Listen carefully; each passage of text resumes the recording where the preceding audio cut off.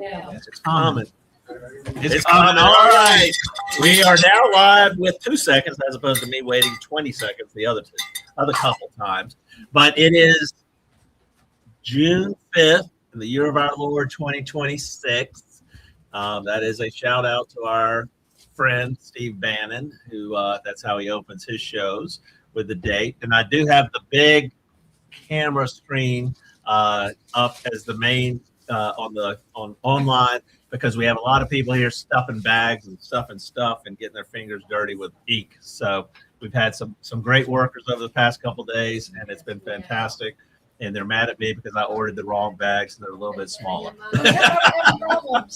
So yeah, it's the bag for whatever reason they're 6.5 inches versus 9, and I could have sworn, but it'll take a week to get more bags, so we're just going to deal with these and send back the other ones and get new ones. So, but the election's on Tuesday, so we got 4 days to election. Everything's pretty exciting up here, and it's a whole lot of fun. We have today at 11:30. We have Nancy Mace coming on for 30 minutes. She'll be remote. We'll be dialing in or whatnot, and then at noon we're going to have Rom Reddy. He's dialing in as well. Hopefully we won't have volume problems like we did last time with him. And I think at 12:30 we may have Danny Ford, who's running for ag commissioner, which I'm just making an announcement. But yes, I haven't forgotten already. But we are opening with a prayer today, and we do have a special guest that is prepared for this, and thank her for what she's doing. Miss Brenda. Good morning, everyone. Father, in Jesus' name, we come before you, and we just welcome you in, Lord. We here are gathered together, and Lord, we want to make a difference in South Carolina and in America. So, Lord, we're presenting this meeting. We're presenting the heads of the Republican Party for the chairman and his wife. Lord God, that we would be the stone that David threw to take down Goliath. In the name of Jesus, I thank you, Lord God, for everyone gathered together here. And Lord, put in each of our heart, your heart, for what you want for America and for South Carolina, in Jesus' name. Amen. Thank you very much. And if you could hand the mic to Steve, I don't mind. Would you mind just saying what you just said a second ago about the Constitution class you're taking? Because I do find it very important. You know, we all reflect on what we're doing today, and we think, oh, this is unusual. This is kind of like, oh, you know, this is, you know, I hate to say unusual, but just, you know, this is just elementary. While, you know, but the Patriots, and they're doing a Constitution class, you know, 1776 was about bringing together 13 very different colonies, people with different business interests, different kind of belief systems, different religions, you know, under the Christian flag, but things of that nature. And they were having a hard time. And what did you learn in your Constitution class about what brought them all together? What kind of shocked me, Jeff, was that the 13 colonies coming together, and as you said, there were so many economic differences and different aspects of the humans involved. And finally, Benjamin Franklin spoke up and said, look, we're trying to solve this as men. We need to take it before the Lord first and put God first and let him have his way in building this country that he has sent us to do. And they did that, and we're living in the freedom of it today. We really are. And it is, thank you for that. And what I told these guys is I had a conversation. I'm going to chat with some other county party leaders and county chairmen and ECs or whatnot statewide. And I said, it's a discussion after the primary, but until we're unified, until we're all coming together, working on a mission. And what is the mission for us? Is fairness, the Republican platform, you know, a conservative, you know, protecting South Carolina and our local communities and bettering the country, which are actually better, you know, the nation. But if we don't come together and unify on that mission, we're never going to win this battle. If the you know, and really it is a battle of good and evil. And we all do need to unite. We talk about the things of man, but we need to unite behind God on this and Jesus. So, I mean, it's something that's there. And what frustrates me the most is seeing people that claim their Christianity, wear it on their sleeves, and say some of the nastiest things that you would ever believe on social media. We have a friend that's running for re-election down in Union County, and I won't name names, but his opponent.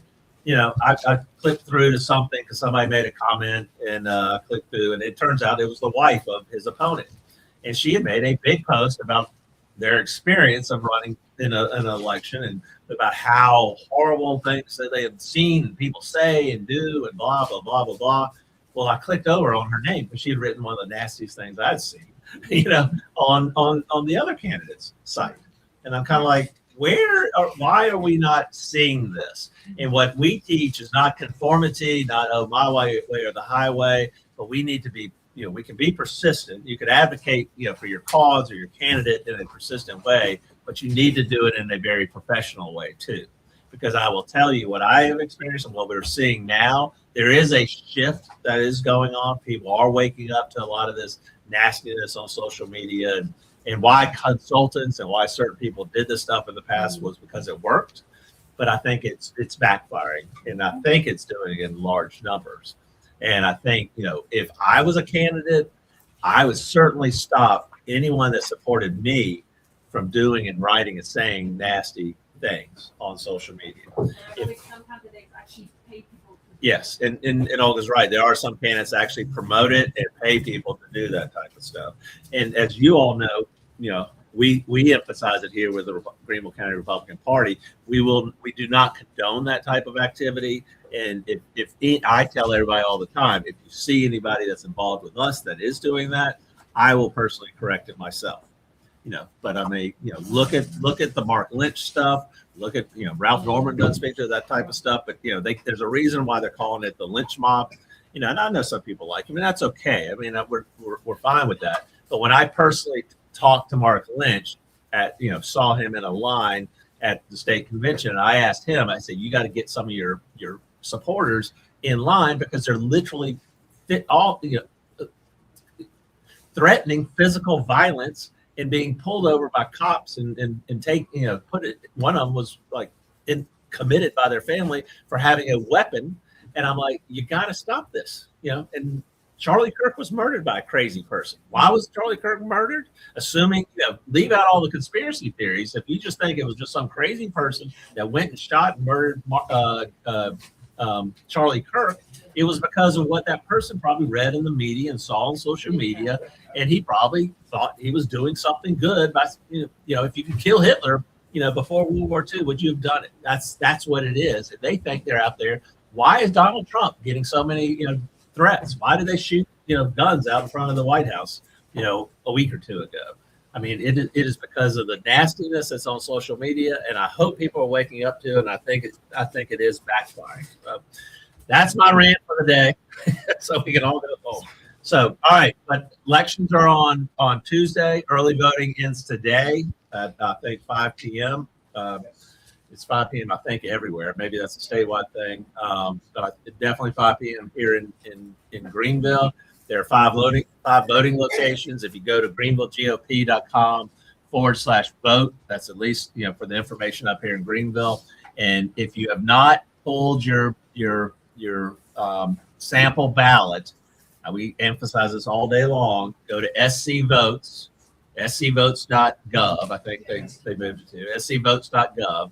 But go to scvotes.gov and look up your sample ballot. You can log in there. It will tell you where you will go vote next Tuesday. I'm hoping, or we're expecting it to be a very busy day on Tuesday. One of our esteemed councilmen was here today. He went and voted. He said there were long lines. We talked to other people this week. There are long lines. I think part of that is the Democrats are coming out, and they're actually, they have some battles in their own primaries, not impacting us. It's good. I like the fact that they're identifying that, I'm voting in the Democratic primary, because they're fighting over governor and who their Senate candidates or whatever they're doing over there. But it will at least identify them in our data records that they're voting in the Democratic primary, and hope it'll hopefully keep them out from messing up in our primary. So now, if you do not vote, and this is one of the keys why I'm happy the Democrats are doing what they're doing. If you do not vote in the primary next Tuesday, you can vote in the runoff election. So what would happen in the past, Democrats didn't have a primary, so they didn't vote, but then they come out and vote in the Republican primary and or the Republican runoff for the most weak candidate. So this might actually work in our favor. You never really know. The numbers, they're big numbers, and how people are moving. But I'm excited that the Democrats have their stuff. So I'm glad they're fighting amongst themselves, and they will stay in their primary, and then our people will be electing our folks in our primary. So it's going to be exciting. Yes. And as you can see from the big screen, we have a lot of newspapers here. We are getting them out. I just got a report from our EC in Malden 1. He just texted me because I guess he's scared of Olga. And he said, we are slave driving here. We want to get all these things out, but our EC in Malden 1 just gave a report that he'd gotten all of his out, except for I think he couldn't get into a apartment complex or something. That's how we learn. I mean, what places can we get into? We actually got a call from somebody from a homeowners association. It was not our stuff that was being delivered. It was ironically Diane Mitchell, who we don't support and been censured because she was part of the reorg fraud of 21. Apparently, Diane Mitchell had delivered the flyers in her homeowners association, and even though you can do that, they were not happy, and they were cursing, and it was like, you've got to be kidding. They were calling us, yelling and screaming at us, like, and Olga's like trying to calmly talk to this lady, saying, where did you get it? Who delivered it? What are you talking about? And then she said, oh, Diane Mitchell. I'm like, oh, bingo. So, we can point the direction at somebody else. It's not us. But even if it had been, our flyers or our packages, you can do that. It's not a solicitation. So one of the things we talked about earlier this week is maybe we go around and let some homeowners associations ask them, we want to be cooperative with what do you want us to do? How do you want us to deliver them in there? And are you at least aware of the law that this is not a solicitation and this is protected by the law or First Amendment or whatever it is? But we need to document it ourselves. So if somebody wants a project documenting how or why it is proper or allowed to provide this type of information out there, we will have that for you. Also, if you do not have a copy of the paper yet, you can come up here to the headquarters anytime and grab one for yourself, and grab as many as you need for friends, family. We've got people handing them out at churches and all that kind of good stuff. And then also, if you go to greenvillegop.com/newspaper, you can actually get this current edition and the prior edition. I'm still looking to upload the 2 editions we did for last year, so we'll get that out. So yes, and you can just email. We do have a lot of people that are just emailing it out. What I do is I have a screenshot on my phone of page 1, which is the endorsement of David Pasco, page 2, which is the all of the candidates, what our voter guide kind of is. And then sometimes I throw in page 3, which is my personal note about Ralph Norman and why he had spoken to us, and he's taking bad advice from bad people. So we kind of enjoy that. So the remote. Okay. All right. I see Congressman Mace is in the back room, so let's get her on. I'm sure she's busy. We have to switch a few things. So what do I do? I have to turn my volume here. Let's add her to the stage. Get rid of a few of these things. Move. Welcome. Glad you're here. 1 second. Good morning. And why won't Ralph meet with y'all's group? You've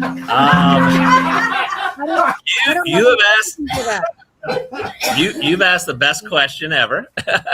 The short answer is Ralph backs government-run school choice, and that's the money. The Jim DeMints of the world and all that kind of stuff. Yeah. And it's a simple question to ask. You're about liberty and freedom. Yeah.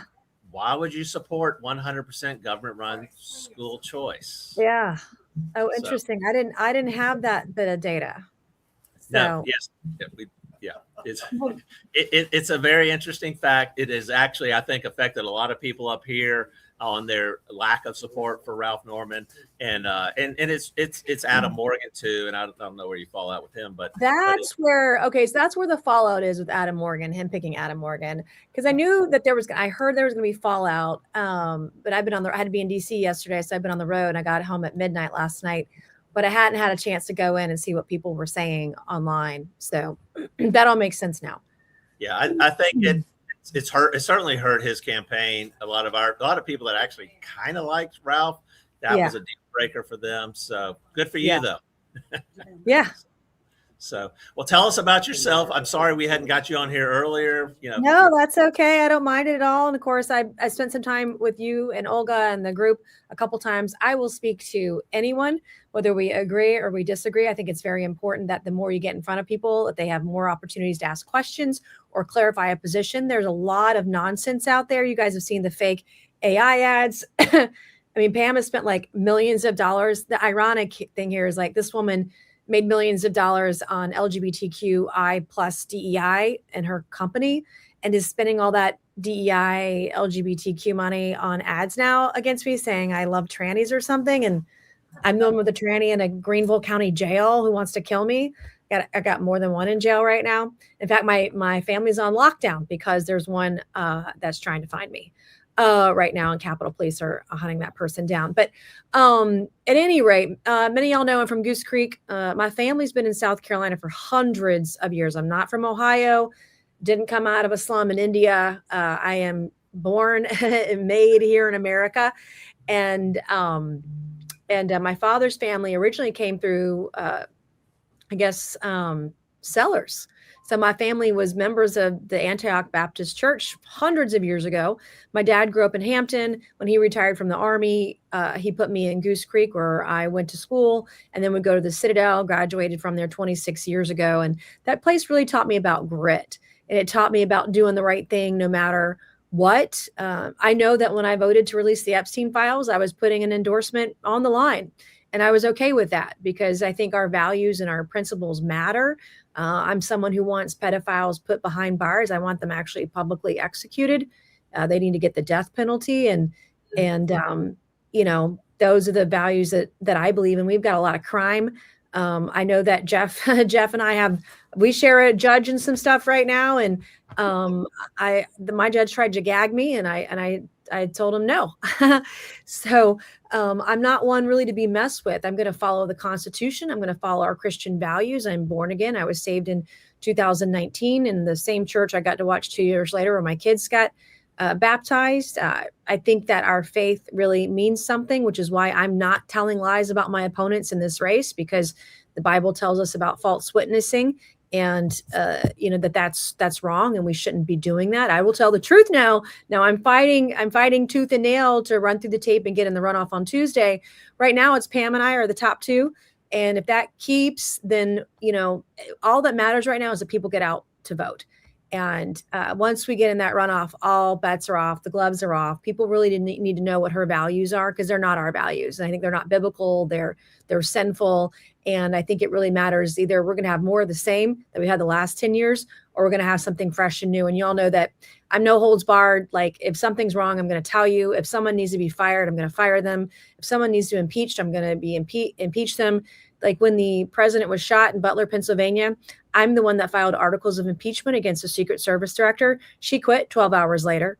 I'm the one that exposed Clemson, Carolina, Coastal Carolina University for all the gender bender ideology. They pulled all that stuff down off their website when I exposed it. I'm exposing all the DEI woke judges who are letting off murderers, pedophiles, and rapists. I got a sanctuary sheriff in South Carolina fired for doing just that thing 2 years ago in 2024, when nobody stood with me, not a single statewide office holder, not a single state senator. It was just me and a couple House reps. That was it. Jordan Pace, who some of you might know in the Low Country, he stood with me by my side on that. But I've been one who's been very effective at delivering results. I've gotten, over $1 billion for roads over the last 5 years. I've really worked with the Army Corps of Engineers to expedite permits because of the growth that we're having. And in the upstate, it's been exponential. It's been so much growth. I'm big on no taxes. I have never voted for a tax increase. I've got the same credentials as Ralph does on the Taxpayer Hero Awards. I've got all that too. Voted for the largest tax cut in American history last summer with the big, beautiful bill. I have a plan to eliminate entirely the state income tax, and then working through and putting my plans online for reducing the property taxes. We need to start with our seniors first. We got to do the homestead exemption. Actually, it needs to be doubled than what they're proposing right now. But that's where I am on a lot of those issues. Jeff, what else? What did I miss? I think you hit it about everything, and I think it's everything we agree with. You didn't say data centers, so you could have thrown that out. Oh, data centers. Oh, yeah. Data centers is a big one. And talking to people, I've made it a cornerstone of my campaign because, I didn't realize what was going on in Spartanburg County and what's been going on in the upstate. But because I've got voters calling me right now, I call hundreds of voters every day, especially the ones who are undecided. In York County, we've got SILFAB, and we've got data center issues. We've got data centers in the upstate. And then not far from where y'all are in North Georgia, they're using eminent domain to steal people's land. It's a land grab. It's stealing your property and taking away your property rights. We don't need to have that come here. And we are the fastest growing state in the country. We have people coming from neighboring Kentucky and Georgia where they are using eminent domain in both those places to make data centers. Data centers need to be in outer space or in the desert where Elon Musk wants to put them. He wants to put them in outer space. Give Elon Musk all the money in the world. He can afford it. He can do that. They don't need to be here. They don't need to be in places where we hunt or where we camp. We need to keep our mountains and our rivers clean. The state also is saddling you, the ratepayer, with all the expenses of the data centers, all their water, all their energy, all their utilities, all their infrastructure. And on my Facebook page, I've done it twice now. I analyzed a bill. I don't remember it might be S867. It's like the Data Center Ratepayer Protection Act. And what do you know the state legislature is doing is what they've always done. If you vote for Pam, this is what you're going to get. It's what they've always done, but it doesn't protect the ratepayers. If you look at the bill, and someone who's written a bill or drafted a bill would know this, but they don't define really any of the terms. And so because they don't do that, the PSC and the state and all of the co-ops, everybody can raise rates as much as they want to have you, the ratepayer, pay for the water, the energy, all the infrastructure of the data center. So I read the bill, and then I drafted 10 amendments to fix the bill to actually put teeth behind protecting ratepayers. So if I'm governor, then we will get that. That'll be one of the first things that we do. I'm the only candidate running for governor that wants a moratorium on data centers. I think Rom finally agreed with me at one of our last debates, not the last one because he didn't show up for that one, but the one before that in Spartanburg County. He's the only one that has agreed with me on that issue. And if you guys go back and watch the debates, you'll see debate after debate after debate. You'll see each of those candidates at one point or multiple times in those debates. I agree with Nancy Mace. I agree with Nancy Mace. I know some people don't like my language, or they don't like the way I dress, or maybe the way I talk, or the way that I get there. But at the end of the day, when I do get there, everybody else is following my lead. You like the results. You might not like, it gets a little hairy sometimes. My dad was a little bit of a bull in a china shop. I am too. But at the end of the day, that result that I've gotten over and over and over again is what has made me an outstanding member of Congress. And I want to take what I've done in my little district and I want to multiply it statewide. Imagine what I can do for you and your families if you elect me governor on Tuesday. Yeah, I mean, everything you talk about is everything that we talk about up here. Yeah. And that's why I think a lot of our folks like you and are excited about your campaign. Mm-hmm. My curiosity, why do some of these other candidates not talk about that? I mean, who are they listening to that they can't talk? What you're saying is common sense. It resonates with everybody if they kind of hear the message and if they can look past the clouds and all the other lies and things that are spread out there. Yeah. A lot of lies. I've never been to a gay pride parade, by the way, because they say that too. Like, here she is, this AI video. It's fake. Like, come on. Yeah. You talked about that the other day. I did hear about it. They had a picture of you on a gay pride float, which I guess looked realistic, and it's just like I get a lot of that stuff up here too. So I mean, and the fact that Pam is doing that, why is she so desperate for power that she would put that out there in her super PAC or wherever it's coming from? Like, why would you? To me, it's so perplexing because I live with honor and integrity. That's what the Citadel taught me. I don't know. I think the other people, they're listening to consultants. right? They're listening to the establishment. I mean, look at Rom Reddy's campaign. His campaign is run by the establishment. The guy who's been, besties with Shane Massey is the same guy running Rom Reddy's campaign. Like, don't be fooled by, some of the rhetoric that's out there. When you look behind the curtain and you see who's running the campaigns of these other candidates, they're not our types of people. They are the same consultants that have been running establishment candidates for years. And Rom has met with the leadership of the House and, the Senate. Like, I think, he's in bed with all of these people, and he's not from here because he's foreign born. I don't believe governors should be foreign born, or presidents, or any member of Congress, or judges, or anyone who's in elected office. But when you start to peel back the onion and you see what's going on, it's like, my gosh, I'm not rich. I think I'm the only candidate who's not put in their own money. Like, I don't have any money. Someone at Rom said, hey, if you give me $100,000 20 years ago, you'd be worth $4 million. I was like, Rom, I was making $35,000 a year 20 years ago. I didn't have $100,000 then. The only reason I have it now is because I sold my real estate when the market went up after COVID, all these people moving here. But I just, I'm not rich. I sleep on my couch in my office. I'm from Goose Creek. I live like everybody else. I get flat tires. I drive myself. My car is a 2011. And I'm just a normal person, and I'm being outspent like 10-1 right now. When you see all this money, and then beyond that, there's a bunch of dark money being spent also by the rich people in the race, which is almost all of them. Alan, I don't think, has his own money. He's got a super PAC, but it's not like he's put his own money in. I think he and I are the only two candidates who haven't put millions and millions of dollars of our own personal money into the campaign. I think you have to ask yourself, why is it so important that you buy the seat? Like, why can't you just, have the grassroots out there deciding my average donation is $20? Like, that's my opponent's is like $2,000. Like, there's a real big difference between someone who's like a man of the people or a woman of the people and someone who's establishment based. And that's just the difference. Like, I come up with my ideas and my policies and my positions based on talking to voters, because I know I believe, after talking to thousands of people now for several months, I really have an understanding of what challenges people are facing. And they're facing real challenges. Our seniors are getting kicked out of their homes because they paid for their entire life because they can't pay our property taxes. I mean, that's how bad it is right now. Yeah, and the one qualification, maybe Alan has not put in his own personal money, but he certainly did make a few people rich with those $75 million. All those trial lawyers, right? So all the trial lawyers are funding his campaign. I don't have the lobbyists. I don't have the lawyers. I have a few rich people that have donated, but my average donation, and I just pulled my donor list down. We have over 75,000 donations from people across South Carolina and across the country. Average donation is $20.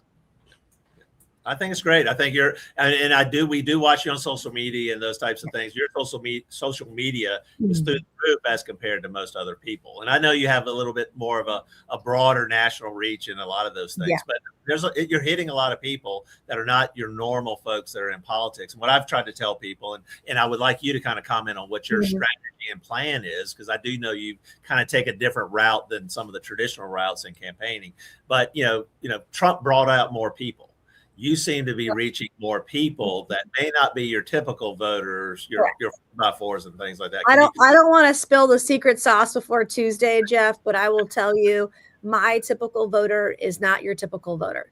And these are people that don't vote in a lot of our elections. I have a very specific type of supporter. I have conservatives, like I've got people that vote in every Republican primary. I've got a good swath of that. But my voters tend to be MAGA types of people. They'll vote in some elections, won't vote in others, and they vote over the person versus the party. They want to vote for someone, not against someone, for the, I think, ideology, conservative ideology, but they're just, and you're right. I don't know how you picked up on that, but you definitely picked up on that. And that's what we're doing right now. We're talking to everybody. We're talking to people that vote in every election. We're talking to people that don't, because at the end of the day, this is a turnout operation. And if you don't vote, you can't complain. And you don't get a say. And in Iowa, Trump got bad advice and he picked the wrong candidate, and he lost the governor's race in Iowa last week. And I hope to be able to do the same on Tuesday. I think he's gotten some bad advice. And if you look at the pushback from MAGA type of voters against the endorsement, they're really angry. They want the people to decide. We have a history, hundreds of years history, of being a very independently conservative state. We march to the beat of our own drum. No one tells us what to do. And I think that is the vibe that I'm feeling out there. I see it online. I see it in my conversations with people. I'm talking to a lot of people every day, but you can see that online. Some people that aren't typically voting, they're getting out and they're voting. It's pretty exciting. No, and I agree with you. And I do see Olga put out, one of our friends, Nick Bloom. I think he's a first time voter because we know his mother, and but he's out there and he's hardcore. And the one thing I've told our people, if we could have a supporters list to kind of bring into the GOP is where we have our fights with the establishment. We would want Nancy Mace's voter list. So. Yeah, and by the way, Drew McKissick ain't a fan of mine, so we're on the same team there. I mean, I remember when I first got elected, I flipped a seat from Democrat to Republican. I flipped it by 1.5,000 votes. My next election, I beat Trump in the next primary too, and he's been with me some, not with me on others, and I've beaten him every time. But Drew, after I first won, came out against me like a month after getting elected. I was like, "What are you doing? Do you want to keep this seat or not?" Because when they redrew the lines in Charleston, they only made the seat 1 point better. And without someone who's conservative but has an independent libertarian bent, hardcore, alt-right even, without that messaging that I've done, my seat gets put at risk. Without redistricting, the seat that I'm in gets put at risk without the right candidate. Yeah. And what we teach up here, I mean, they don't really care about maintaining the seat. They'd rather get their own person in there. So yep, they'd rather take a good person, or what we would consider a platform Republican, somebody that supports the platform, has conservative values, for somebody that control, and that's unfortunate. But that's probably why somebody whispered in Trump's ear or made whatever deal with the. Well, we know what the deal was. It was Henry's son, right? I mean, this is just the good old boys doing what they've always done. I don't have any friends. The establishment does not support me. I'm not a career politician. I've been in Congress for 5 years. I'm actually a term limits person. I mean, I think it's one thing to say you're for term limits and then spend 20 years in politics. Like, that's not a thing. I said that I would do only 6 years in Congress, and I'm out at the end of the year. I'm retiring one way or the other at the end of December from Congress, because that's was my promise to voters when I first ran in 2020. So I think it's important that we have someone who's anti-establishment, who can't be controlled, can't be bought and paid for. Like, if you want to say I'm bought and paid for, I'm bought and paid for by folks in Pickens and Loris and Sellers and Marion and Manning and in these small towns across the state that are giving $20 a paycheck. Like, if you want to say I'm bought and paid for, I'm bought and paid for by the people, and I'm damn proud of it. Not by any crooks or establishment or lobbyists and nobody else, because I don't get those big checks. Yeah, and it is what we preach up here too. And we've tried to, it's funny, one of my predecessors here in Greenville said that's how they funded the party, is they went to the incumbents and they had them write $1,000 checks or whatnot. And I'm like, that's literally the opposite of what we want. We do want the $20 donors. We want the $25 membership and the $40 couple membership. We don't want the big money stuff, because once you start becoming dependent upon the big money, you are dependent upon the big money and what they want you to do. Yep. Oh. And that's why they hate me. I mean, that's why they're spending, I think they've spent by the end of it close to $10 million against me in this race so far, but it's not even Tuesday, because I can't be bought and paid for. Pam's put in millions of her own money. Rom's in for like 6 million or more. I think he's putting more in, somebody told me. But, you start adding it up, and then Alan's money, we're talking over $10 million to literally take me out. I'm the only anti-establishment candidate, and that's the kind of money that's being spent to buy this seat for the establishment. It's crazy to me. And from our perspective, I think we see the same thing in the AG's race. So they're spending a lot of money against David Pasco. Yep, a lot. And they got the influencers out against him. And, he sort of gives this off this Elliot Ness vibe. And he's done a good job of showing where I think the issues are within the judiciary circuits, and where the corruption is with judges, and, the stuff he's been able to expose, especially with pedophiles. We got a real problem in our state, and we need the Elliot Nesses of the world to come out and clean it up. I mean, we got bad people that need to go to jail. We got murderers that are out. We've got, people that sexually assault underage girls that are out. And I just, we can't be having these kind of hoodlums running around South Carolina. You mean our current AG has not taken care of that in the past 16 years? 93% of pedophile cases dropped in one county in 3 years. So, I mean, that's the kind of stuff we're up against. And I just found another case, another pedophile case. Guy didn't spend any time in jail, like 20,000 images. I'm like, what is going on? And people are like, why are you so obsessed with pedophiles? I'm like, because they're our neighbors. Like, they're like I've got one that lives like 3 streets away from where my kids stay when they're with their dad.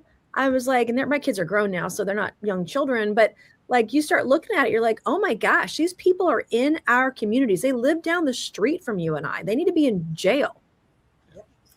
Well, we're being told. Rape a kid, you should be executed. So there's that too. Hey, I all about it. So we love what you're saying, love what you're doing. Thanks for. I mean, I've never heard the quick, concise. You laid everything out. Except we forgot the data center, but we got. It's like I post about it like 3 times a day. People are really chewed up about the data centers. They really are. Really, so. and they are really fired up. And property taxes. It's property taxes and data centers. Yeah. Okay, last message for Tuesday. And where can people find you online? Not that people can't already. Facebook is where it's at. All of our people are on there. It's Nancy R. Mace, R from the Book of Ruth. That's my middle name. My mom named me after the Bible. You can find us on there. It's if you try to DM me, it's out of control. I get about 10,000 messages a day, and we're getting between 1,000 and 2,000 new followers on Facebook a day right now. The biggest thing is I just need people to vote. This is an extremely low turnout. People are very turned off about Republicans saying one thing and doing another. They don't like what we're doing in Washington because we're doing nothing. We've arrested nobody. And so they're feeling, I think, disenfranchised. They're very frustrated with the party. I am too, which is why I'm running and why I'm running for governor. But the biggest thing at the end of the day, I need you to vote. Of course, I want you to vote for me, and I'm begging you to vote for me. But at the end of the day, do not vote for an establishment candidate. You got to have your voices heard, because we can take them on. And if we have an establishment versus anti-establishment candidate in the runoff, that's probably going to be me versus Pam. I hope and pray we will take her out in the runoff, because our people are motivated, and we just got to get in the runoff. So you got to vote. And then early voting ends at 5 p.m. today. If you want a true conservative, a true person who's not bought and paid for by the establishment, I got to tell you, those boys in Columbia are terrified of me, and we're going to take them out, take them on and take them out if you get me elected on Tuesday. Well, thank you, Nancy Mace, Congresswoman. Thank you, and God bless you. All right, thank you. Take care. Bye. She's something. I mean, but you heard her lay out all of that stuff. And I'm like, what did anybody hear anything they disagree with? You did? It was left out. What? Oh, well, we didn't ask the pro-life. And there were a few questions. Yeah. We had she shared a lot of her things. We didn't get to questions. I don't know how to. It's not like we left out. They were. Yeah. And they had to go. I was getting messages from her campaign people that they had to go somewhere. Yeah. And I guess your point, she does believe in some exceptions for rape and incest. Is that? She was, the bill that she said she wouldn't sign made exceptions for rape and incest. And she said she still wouldn't sign it. And she wouldn't sign it because? I don't remember words, but okay. Ralph said he did not like the bill, but he would sign it. Rom Reddy offered to know, said we're wasting our time with deadlocking these bills, make it a referendum, which good plan or bad plan, it's a plan. It's a plan. He's the only one who offered a plan. All right. But all the other candidates said no, they would refuse to sign the bill. Okay. All right. We're waiting on Mr. Reddy. He will hopefully, I can switch everything around. Maybe we'll just wait for him before we switch. I hope he'll come soon. Okay. And Danny Ford is on his way. Oh, and Danny Ford is coming. So we will have Danny Ford. He's running for ag commissioner. It's so funny because we're all about AG, Attorney General, but I keep hearing ag, and I'm like, whoa, it's 2 different races. But my point on the ag race is there's 4 people in that race. I think it will go to a runoff unless, the one kind of establishment person who's been in politics for 10 years, working for Henry McMaster, endorsed by Donald Trump. Again, his endorsements have been a little. There's our clock. But the ag, what I've been excited about the ag race is it's actually woken a lot of people up about, where our food is coming from how do we have sustainability? Obviously it kind of does dovetail into a little bit with the data centers and taking up land for I guess data center land and water, but also these solar farms and all that kind of mess. Because where they're putting solar farms in are out in the middle of nowhere. In the rural counties, which I hate to be this way, but maybe a tad bit less sophisticated, and they're sitting there doing that in rural counties where they can kind of ramrod some stuff through with a nice steak dinner. Yes, and speak loudly because the mic's coming through here, not there. That's turned off. So speak, just so. To be specific, she basically said that she would support. She's in favor of the existing law. Okay, the 6 weeks. Basically, which doesn't work towards eliminating Right. even more abortions. Right. Yeah. And it's essentially a status quo Yeah. answer. Yeah. The question would be, would they veto as governor a stronger bill? Because the governor is not the one making that decision. They're not they may not advocate for it. It is one of many issues, right? But it's an important issue, as we kind of pointed out, and I responded on an email with you the other day. I mean, it is of the issues, it is a critical issue, and the fact that people are dying, children are dying every day. We don't solve this problem. So that's it.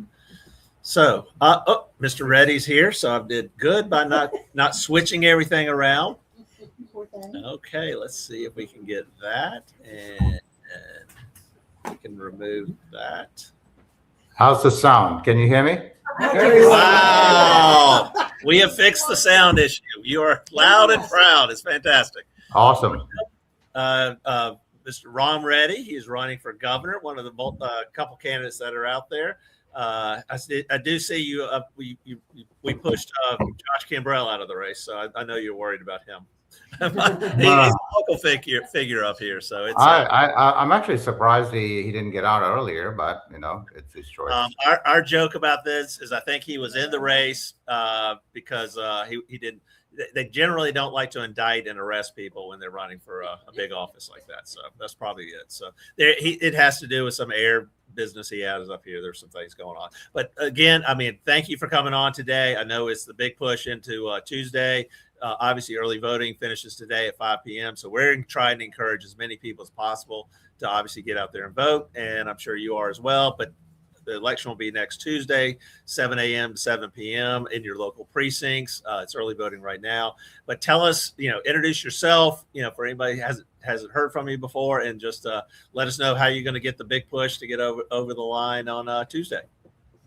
Hey guys, so it's a very distinct 2-lane race. So in one lane you have I used to say 5, so now I'll have to say 4. It'll take some getting used to. 4 career politicians with some 50 years in government, and then in the other lane you have me. I'm a successful private sector guy, and the second difference is really this is a really big issue, which is the dark money and the PACs. There, South Carolina ranks 40 out of 50 in disclosure.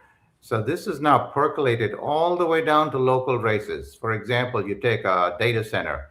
The data center guys come in and they give these people money through a PAC, so you can't tell it's a data center guy.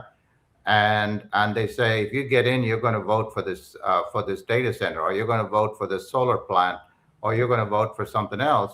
And so this is now percolated down to the local level. So all of these guys, all 4 of them now are taking substantial PAC money, Pamela being the biggest. I mean, almost half her money is coming from these dark PACs. And I don't take any money. It's the first time, I think, in South Carolina gubernatorial history, or maybe any history, on a statewide race, that you have someone not taking money from anyone, no individual, no PAC, no anything. It's literally, when people say, you mean it's actually 0 on your disclosure? I said, it is 0 on my disclosure. I literally don't take money from anyone. And the question really is why? Because I think this is the first thing we need to fix if we're going to take the state back, which is we have to change the disclosure rules. It's a simple legislative change. It has to happen. When you go to vote, if you vote for someone, you need to know where that money is coming from. Otherwise, it's like a blind date. you vote for these folks and you have no idea who bought and paid for them. So that's what's at stake. And then you all have to make a decision. I'd say, look at the information. Our population in South Carolina has been up 10% over the last 10 years. Our state spending is up 130%. Our local spending is up 100% plus. And anything changed with education? Nope. Roads? Nope. Median family income? Nope. Violent crime? Nope. So nothing has changed for us citizens. And I am a citizen, just like you all are. But the politicians go around and keep putting lipstick on a pig. So that's what's at stake here. So. Yeah, and what I've really enjoyed about your campaign is you've really brought some sunlight on a lot of the just basic issues. I mean, you when you came on with us, a couple of weeks ago or a month or so ago, it's like everything you named and listed out, I'm like, there's nothing we disagree with. And that's why we're excited about your campaign. We also like Nancy Mace because I think both of you want to shake up Columbia, and we need people. We don't need more insiders. We need folks that, that want to shake up and use what we call the bully pulpit of the governorship to really kind of push the agenda, which is a very logical agenda. You're not trying to do something that is illogical to people and confuse people. But I love the point. Population has gone up 10%, spending 100%. Where is the money going? What are they allocating it to? And you've been very good at kind of exposing that out there. So thank you for doing that, and thank you for contributing to that part. Jeff, can I just comment on this thing? Because now we're down to the last few days of the race. And I think for the voters, I'm a strategic guy. I always say S comes before T in the alphabet. Strategy first, tactics next. So right now, if you look at this race, I'm talking about, I'm going to give you 2 data points. One is the pre-Trump endorsement on the morning of the Trump endorsement, and one is what's happening now, which is still a little fluid, because Pamela's not handling it very well. But I'll give you the best information I have. On the morning of the race, on the morning of the Trump endorsement, I was tied for first. Behind me was Alan. Behind Alan was Nancy. Behind Nancy was Pam. Now, as this race starts shaking out with the Pam endorsement, the latest numbers we've looked at says that, and I'm just going to quote you the numbers. It says Pam has moved almost from last place. She's now up to 19%. I'm at 17. Ralph and Alan are tied at 14, and Nancy's at 12.4, I think. So if you're strategic in this right now, you have to ask yourself a question. I recognize you guys have, I think you'll have sort of supported Nancy and me. But at this point in time, there is not a path for Nancy. Regardless of what you think, there is no path. There's no mathematical path for her to get from where she is to where she needs to be in the next 3 or 4 days. The most logical path, and what everyone is talking about, including Kahili and a few other folks, is that most likely Pam and I get into a runoff, which will set up the most clear distinction ever between an inside pack money person with no results and a complete outsider with no money and results, and who can govern. That's the most important thing. I can govern, I can get results. Any other matchup really doesn't match that well. If you let Alan, look, Alan's not a bad guy, but if you let Alan get in there, now you got an insider against another insider, Pam, that has been endorsed by Trump. That you're going to put Pam in office. If you get Ralph in there, that's the worst case scenario of all. Ralph has been going around doing nothing but slinging dirt. We had to actually send him a cease and desist order. He says, I donated to museums. I've never donated to a museum other than a Ronald Reagan museum. He says, I got contracts with the state. I don't have a single contract with the state. I mean, literally no connection to the truth. This guy is an out of control, power hungry politician that has no policies other than slinging dirt. So if he gets in, now you got a really bad situation of, is it Ralph or is it Pam? So for you guys, if y'all are strategic, your best bet, if you haven't voted, is to make sure you support me because I have the clearest path to aligning with your interests. And I don't talk poorly about people. I talk about policy. I don't talk about personal stuff. I don't talk about personal attacks. That's not my stake. I've never done that. So, but I just talk about strategy. There is no path right now for Nancy to get up there against Pam.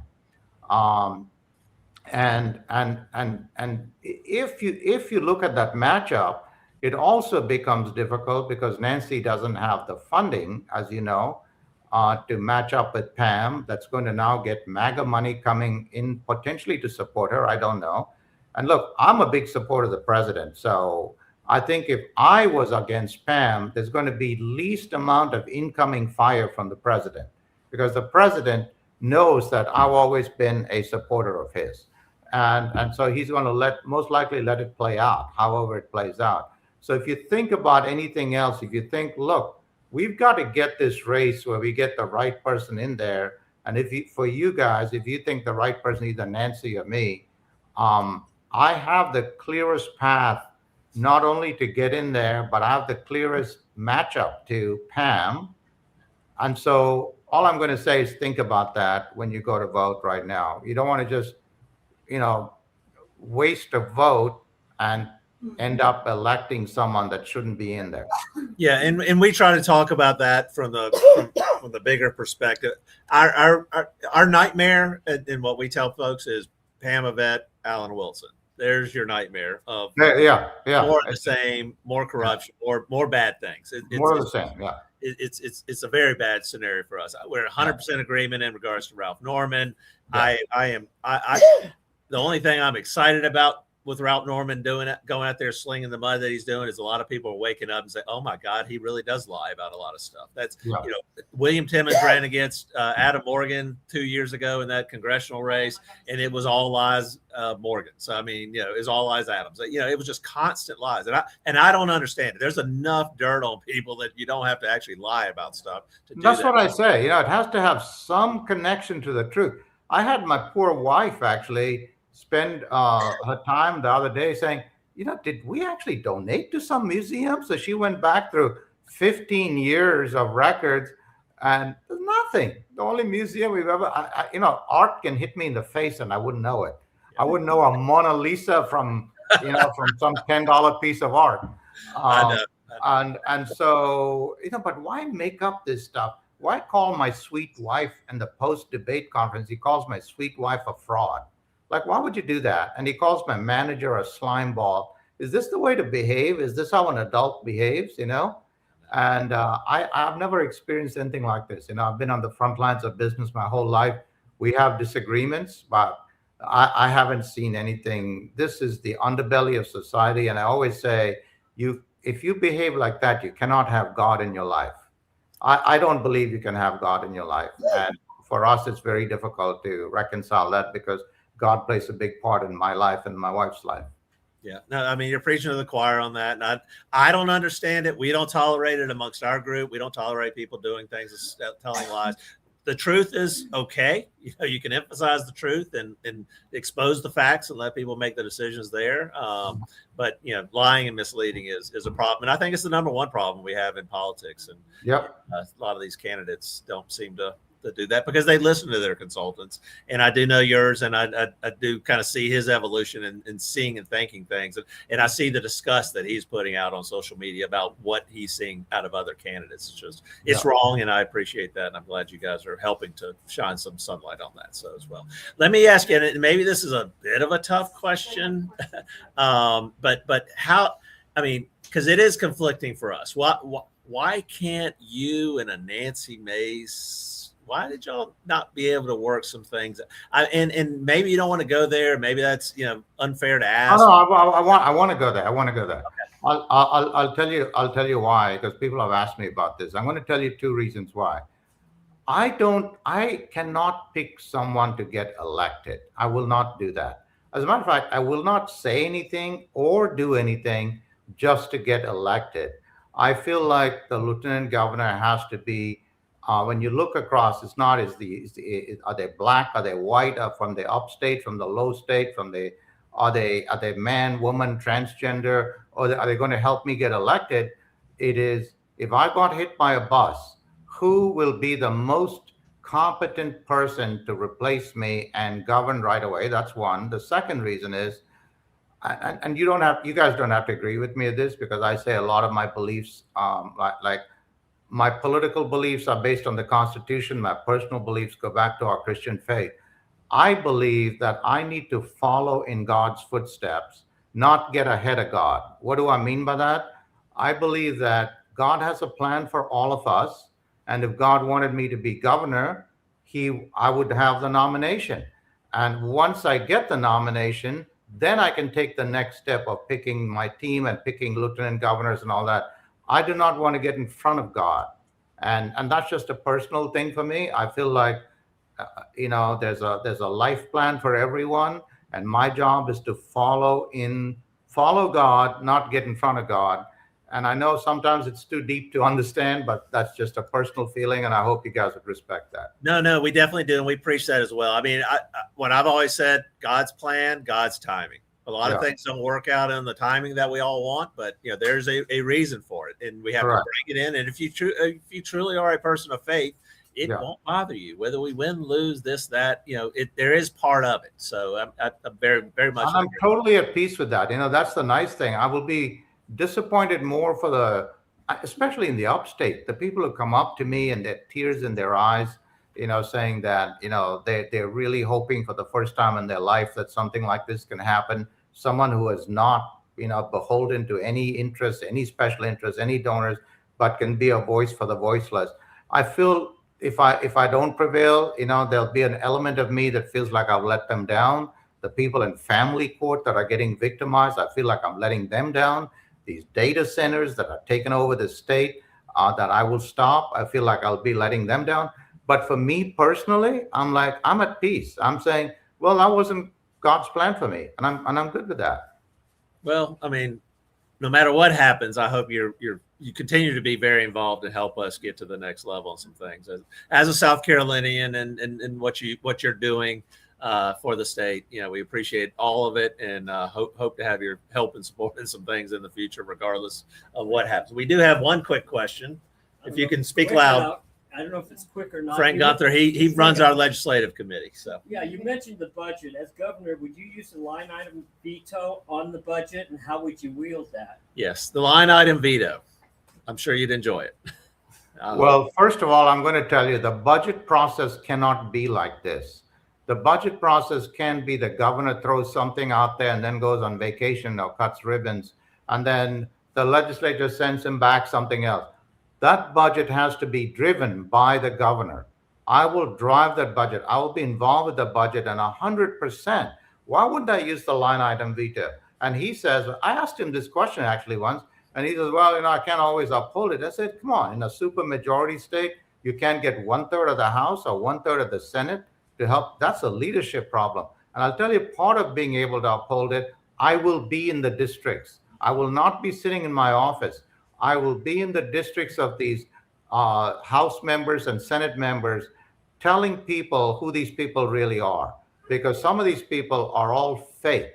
They're a bunch of fakes out there, and they try to cover it up by the one-liners during campaigns. I'll go out there and say, here is my 8-point agenda. And that's why I'm so specific about my 8 points that you see of specific things I'm going to get done. These people got in the way. If you believed in it, you voted for me for this agenda. If you believed in it, you got to vote them out. I will use the power of the office to say, we've got to build the right team. At the same time, I'm a leader. I'm not a divider. Part of the reason this whole Freedom Caucus, not all of them, I like Jordan Pace, I like the ideals of the Freedom Caucus, but some of these guys like Adam Warren, they say, oh, he works with the rhinos. Yeah. I don't believe in dividing Republicans.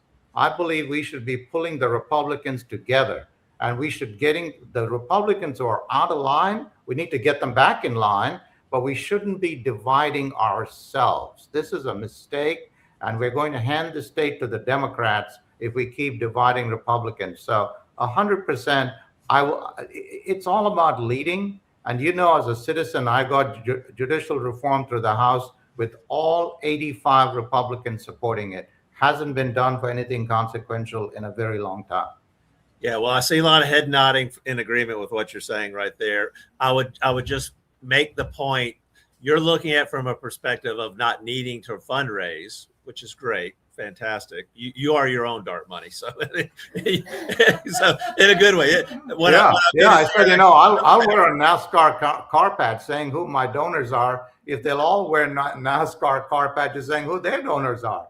That's right. And that would be a real revelation.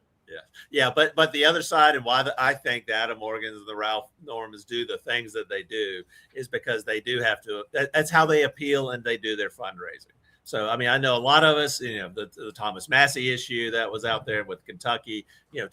My frustration with the Thomas Massey is he does and says and opposes the president on a lot of things because that's how he appeals to people for fundraising. And that is definitely the wrong thing to do. So, I'd rather not have the fundraising and do the right thing by the people, which I think you're doing and working to do, versus some of these people that just like to rile things up and for no particular reason other than fundraise. So tell us a little bit, because I have heard some things, and I just want you to kind of clear the record. What's your relation? When did you first come to South Carolina? I know you had a business in the night. Tell us a little bit about that, because I've heard that, you're not really from South Carolina. Coming from somebody whose family's been here for since the 1600s, I have no particular problem, with those types of things. But tell us about your background and your association with South Carolina over the term. First of all, let me tell you how has South Carolina worked out for Henry McMaster, one of the worst governors in the history of this state. But I first came here in 1986 as a employee of Exxon to run their plant in Summerville, South Carolina. I was here for 2 years, and then I left. I came back in 1990 and bought that plant with my partner from Exxon, and we lived in Summerville starting in 1990. We grew that plant into the second largest employer in Dorchester County at that time, with 600 people there. I sold that plant, and then I've been selling businesses. I briefly was in Alabama for a while because we tend to be active in our businesses. We just don't buy a business and manage the balance sheet. We actually get active in operations. Came back, and my second business in South Carolina was 2008. I started up a facility from scratch in Goose Creek, South Carolina, and eventually we sold it to Hood Packaging. They just opened their third plant in Nexton, actually doing extremely well. My third business, I bought it and I moved the headquarters from Georgia to Daniel Island, South Carolina in 2014.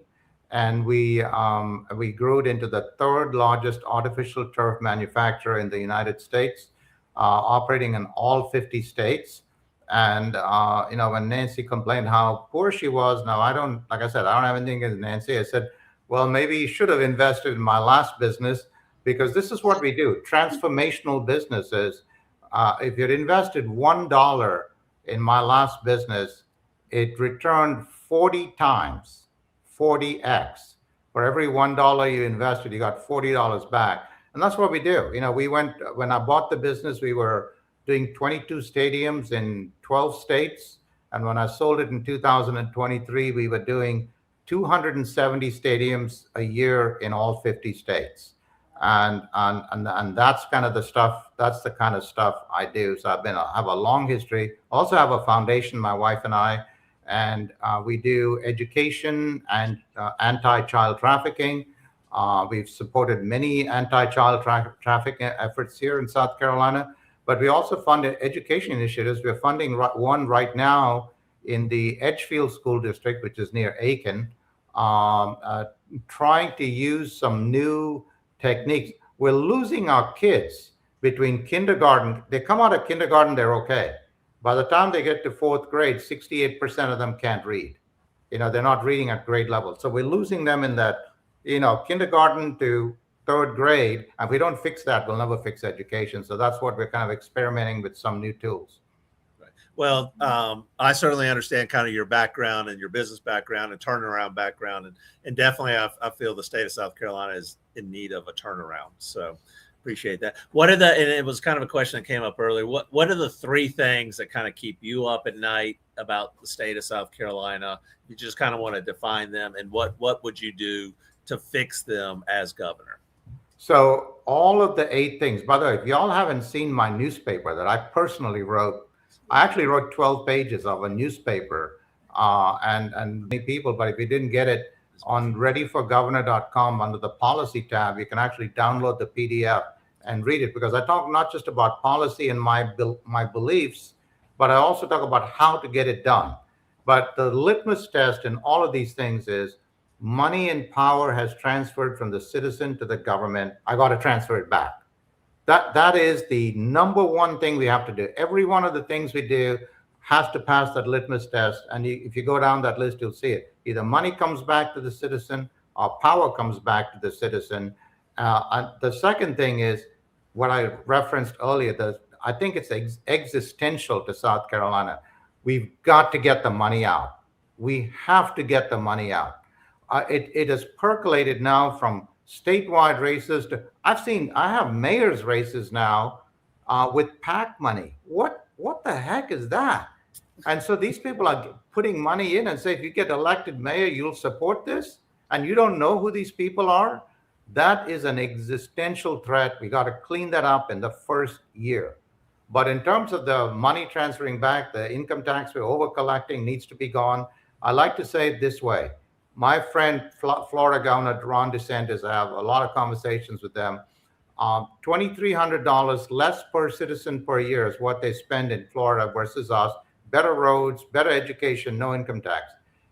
In expenses, if we can bridge $800 of that $2,300 gap, the income tax is gone. So that's what we've done. We've identified specific things that bridge that gap, including getting these agencies down from 101 to 35, these boards and commissions gone.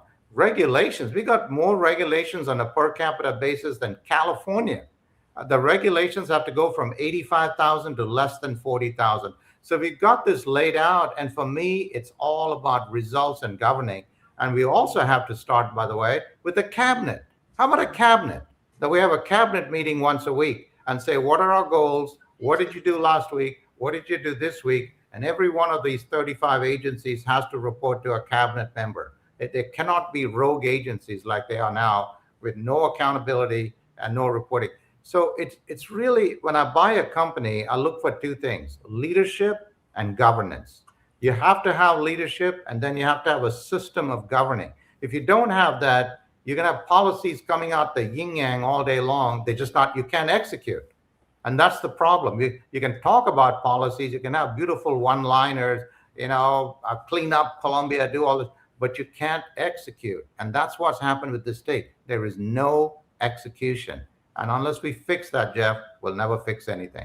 Yeah, there's no execution and no transparency. And I like what Trump does with his cabinet meetings, and I know opens it up, lets people ask questions. I love it. I'd love to see a governor that would open things up and just, talk about it, because, that keeps you honest. 100%. I think we should totally open it up. And not only that, I want to open up the mansion. I do Zoom calls now twice a week with our supporters. I want to continue doing that. After we Zoom calls directly with me, and then I want to invite people, just register, like you guys maybe register for this call, register and show up at the mansion. We're going to roll up our sleeves, have a beer, some wine, and we're just going to talk about, give me a performance review. Tell me, you said these 8 things you're going to get done or you won't run again. How are you doing on these 8 things? I want to hear from you. I like feedback. I'm not threatened by feedback. Well, that's why we like you, because you're open to that. And as I tell you, we've literally done this Coffee and Politics for 5.5 years. I think we've missed one Friday because we had another big event here in town that we were sponsoring and had a lot of out-of-state speakers for that. But it keeps us honest. I mean, we answer questions. If somebody has a problem, they can come in here and bring it up. And I'd rather fix those little problems versus just hiding from the public and then it become a real big problem later on. So I appreciate you doing that and the such. Do love the newspaper. I will qualify. I think your consultant copied it from us. So you can tease him about that. We like to. How do people, what's kind of, your closing statement, get out the vote, and how do people find you, find the page? I mean, obviously, you tell us how folks can find you and get more information. The best way is Ready for Governor, REDDY for governor.com. But please, if you go there, read my newspaper. I wrote it myself in my own words because I felt like it had to come from me and you had to hear it in my voice. So read it and better tell me it's nice and you enjoy it because I wrote it. You hurt my feelings. So that's the best way. We're also, of course, on Facebook. We're on social media. I hate social media, by the way. Well, Norman says I erased my past. The only reason he says that is prior to Doge SC, I never had a single social media account. I had a BlackBerry, actually. I said, I didn't erase my past. I never had social media. I never did it.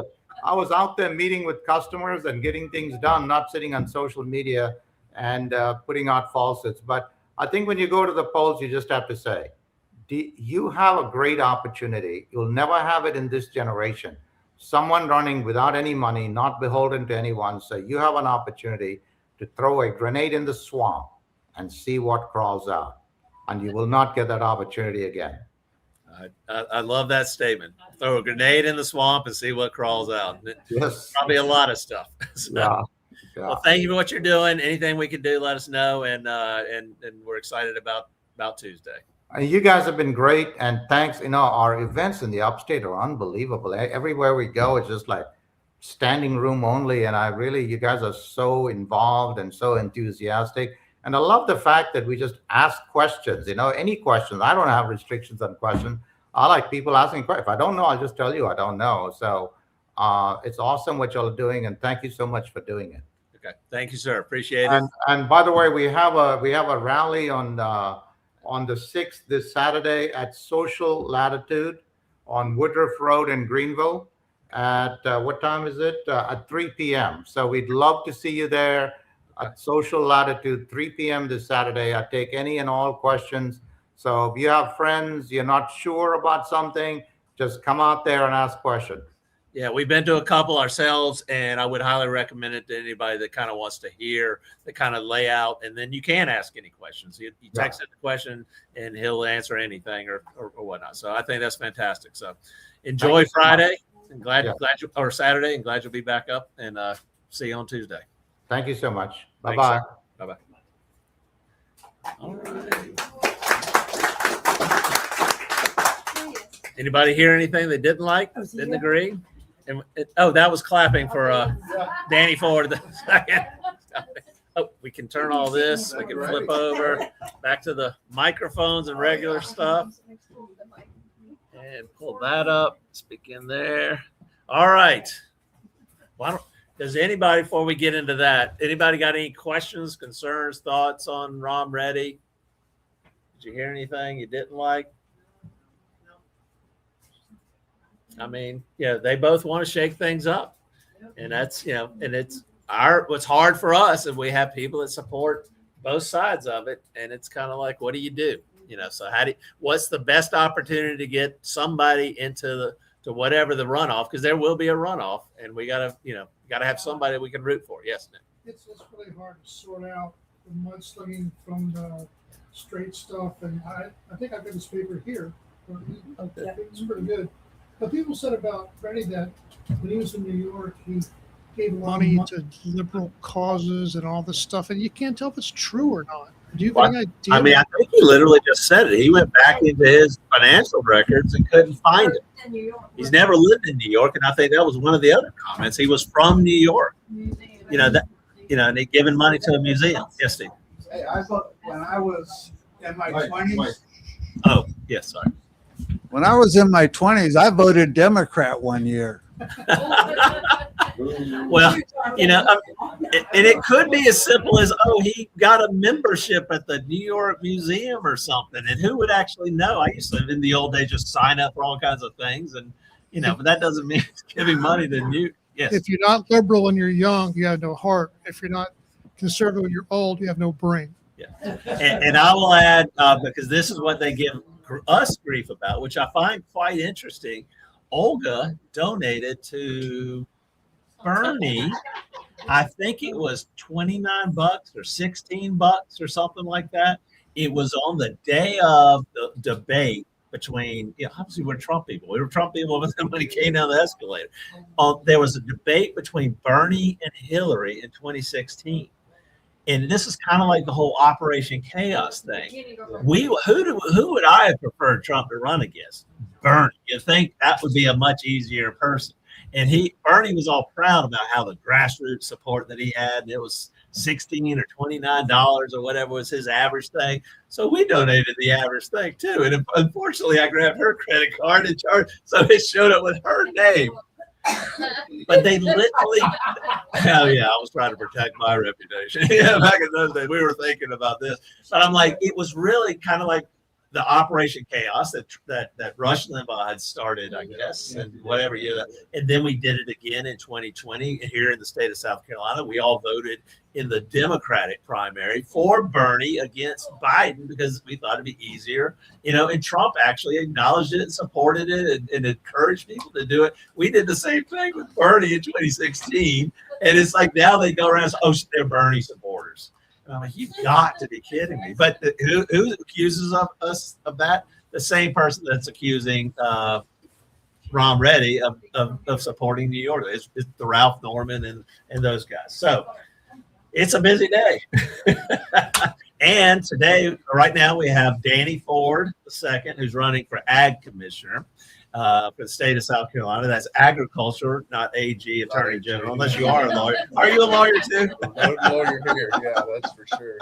But the introduction before we had Nancy Mace and Rom Reddy on was the fact that I'm excited about the agriculture commissioner race this year because it is the first opportunity in 20 years, 16 years that the Hugh Weathers has been in there, and there's 4 candidates, and there's 1 establishment candidate, and there's some others, and I think one with the most popular name is Danny Ford, and I think it's going to be quite interesting on Tuesday. We are all in the assumption that this will go to a runoff, and we're going to lay in heavy in the runoff election. So, but Danny, you could introduce yourself. Tell us why you decided to run for this, and what your plan is to win. Danny Lee Ford II. It's funny because I was listening to those on the way over here too. I listened to Rom and Nancy, and I can associate a bunch with what Nancy was saying. She's had $10 million thrown at her. I've had $750,000 thrown at me. And for an agriculture race, that's kind of what's going on there. I raised the money myself. I didn't raise more than that. I don't see when you start quadrupling what the pay is per year and you're raising that, then questions start popping up of why is this going down this road? And so, I've seen that, and I thought that was just insane that people would throw that much money at agriculture. I mean, if there's one thing that I've seen while I've been going through this race, it's hard to get people involved in agriculture. They're involved in their day-to-day grind, and to get them to think about that 60-70% of their food comes from another country and we're only 10% sustainable is hard because they get hungry and they go eat. That's where we've come to. But I heard my opponent this morning on the radio telling those statistics, and I just wonder how long it's going to take people to figure out that is the USDA and the South Carolina Department of Ag. There is a person selected from the South Carolina Department of Ag, and then there's a person from the USDA. This is a direct result of what the rules that they have set forth for us. They've made it easier for other countries to produce in South Carolina, and not South Carolinians produce for South Carolinians. And so that's where I see it really being taken back to. And, definitely going to go to a runoff. It's very easy to mention right now because I don't know if y'all have seen the blue-green algae has just come back up. Greenwood just had a huge fish kill, and then Hartwell now has a warning says keep your kids and pets out of the water, in these areas. And this time last year, we lost 24 cows, and it was 2 blue-green algae. And this is all a direct reflection of all of Helene washing all this silt down the mountain onto our waterways, and no one's paying attention to it. And when we lost those cows, I knew, you sit there till probably 10 and you think, man, this was something I did or some mistake that I made, or it's livestock, it happens. We've seen that in history. But when you start hitting those high numbers and like a third of your cows have gone into a hole, you're like, whoa, there's something else going on here. I need some help. And we reached out to the South Carolina Department of Agriculture, the USDA, and they didn't have any resources for people in our situation. So we were pretty much our own. You have the Department of Environmental that controls all the lakes, and they do a wonderful job, but there's 1 million ponds in South Carolina that sit on private property that nobody is helping these people with after the flood. And so, I've seen all this, and it's just been a big push to get me involved and other things too. I mean, just seeing that my son wants to be a farmer and the suicide rate's 3.5 times the national average. I don't want to leave that to him. I see the trouble that I'm having and the trouble that my dad didn't have when I was coming up. And, I think, can I get involved now and do something, or what's it going to look like in 10 years? And it's funny how y'all talk about, hey, we made these decisions 10 years ago and donated this. Look at where politics is at today versus 2016. Farming's almost the exact same way. It's gone straight down a different road than anybody expected it. And, mainly everyone around doesn't really understand that. China's producing our food. Indonesia's producing a lot of our food, Canada, Mexico. And, if they have any altercations or problems in the world or even across the United States, then it's our kids in 10 years that are going to have to deal with that. So I see a real big push to come back to sustainability for South Carolina and have our farmers producing for our consumers and not sending it all the way across the country to 4 big packers or having Monsanto's and Bayer control everything, and really getting back to the cotton days and having that textile mill, the community support that farming system. And, that was always the biggest loss that I always heard was the cotton and the dairy, and the community was real big in keeping those people going. And I think that we're looking at it from a national perspective, and we have to reel it back in and say, this is what South Carolina needs. We need to have our farmers producing for our community as much as we can.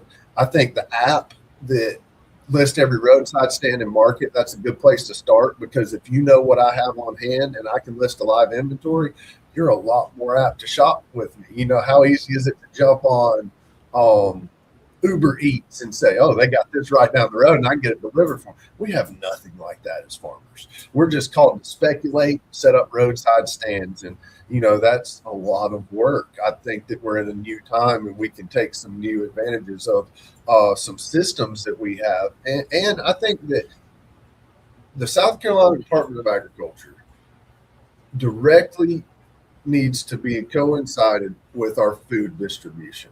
I think that it needs to be a nonprofit through the state, and I would rather the state be involved with handling that and being able to supplement people and help them out than just, if you fail, you fail, because we all know that a large amount of farmers right now are failing. And I think that's a good way to get them a seat at the table through the distribution. Yeah, it seems like big ag is all about taking care of big ag, or, from the state perspective of the USDA. They've forgotten about the small farmers. They've forgotten about all that stuff, which is sustainability, which is really how communities used to operate. Olga being from Poland, I mean, when we go visit Poland, where the village her sister lives in, I mean, you can go down to the dairy and literally fill up a 2-liter empty Coke bottle and take some milk back to the house. They go get chickens and geese or whatever we eat over there, from local little farms and stuff like that. It's nice. So much better. And I mean, like I tell them, like, you send it out there to, say, a chicken plant that kills chickens in Georgia, or one of the 4 big packers, and it goes in this big batch. And so if there's a problem, that whole batch has to get thrown out, to where if we're single sourcing that through our state and going through smaller family-owned processors, then we can see that problem and begin to learn about it and try to fix that from happening again, to where they're just saying, oh man, this batch is bad, we've got to throw it out. I mean, they have gone and got a package of hamburger meat from the grocery store and tested the DNA that's in there. And it's like 1,700 different cows that come in a pack of hamburger meat. I mean, you have to come back to the single source. It's better. We've done that for a long time on our farm. And, sometimes we would just take whole cows and put them to like the leaner cuts of hamburger meat and stuff. And it's so much better. You would not imagine how much better it is. I mean, I just don't even know how to explain it. And when you look at the color difference side and side, you're like, this doesn't add up. Even if you go get a whole brisket from the grocery store and put it through a grinder and then look at the hamburger meat that is available to you, it's different. It does not look the same. And I want to get the different back and bring it, full swing. And I think one of the reasons that it's so expensive is because it's so niche. If we can bring it mainstream, then it's actually going to be a cheaper product, and we're going to see some cost savings. Because, I mean, who can convince me that it's cheaper to bring it over from China than it is from across the street? Like, there's a lot more people making money off of that. Yeah, there's something wrong with the entire system. And I think as society has just kind of closed our eyes and thought it was easy and convenient to go to McDonald's or the Ingles or whatever, and they've kind of forgotten about the whole process. And I think people along the way have nickeled and dimed that and taken their little cut, that food is no longer food. And I'll give the example that I've been excited about this particular race is, as everybody's known, I've been battling this colon cancer thing over the past 2.5 years or 2.25 years. Food. Why do I have no family history? No, nothing. I mean, I've always been healthy about everything. It's because food is no longer food. I mean, you're talking about hamburger meat and all that stuff not tasting the same. I mean, go eat some Pringles. Yeah. I'm like, I don't really eat a lot of that stuff in the time, but now I taste Pringles. I'm like, this is cardboard. This is not food, and I don't even understand it. No, I'm in the same situation, but it's just, we have a commissioner right now that's in his whole farm's under solar, and basically the USDA is bringing this food in from a different country. We need better examples set. I mean, have been watching it rain for a couple weeks straight, and now the last 2 days I've been in the hayfield. Because if you're not cutting hay right now and you're a farmer, you're not putting crops in, or you're not doing something in these couple days, y'all caught me lucky because it's out there drying right now. It's just laying on the ground. But I mean, I've cut 60 acres worth of hay down yesterday because my cows are not going to make it through the winter. Our farmers are inherently bad at, the marketing piece of it, but we are a heck of a good planner. Yes. You know what I'm saying? So we need to take advantage of that and get somebody that has the know-how, that knows what we have 18 dairies left in the state of South Carolina. What happened? There's 12,000 acres of solar going in Kingstree, South Carolina. Like, that's how much? 12,000 acres. They just zoned for it. I think there's 4,300 acres in that are getting put in right now. But as well as I do, when they zone it, there's a reason for that. They're going to put in behind it. And, I see that everybody's upset about China buying our land. I'm just as upset. But if you're going to be upset about them owning our farmland, you can't have them shipping the food over here. I mean, they own processors. Yeah, they own the pig processors. What is it, Smithfield's in North Carolina? I remember when that changed hands.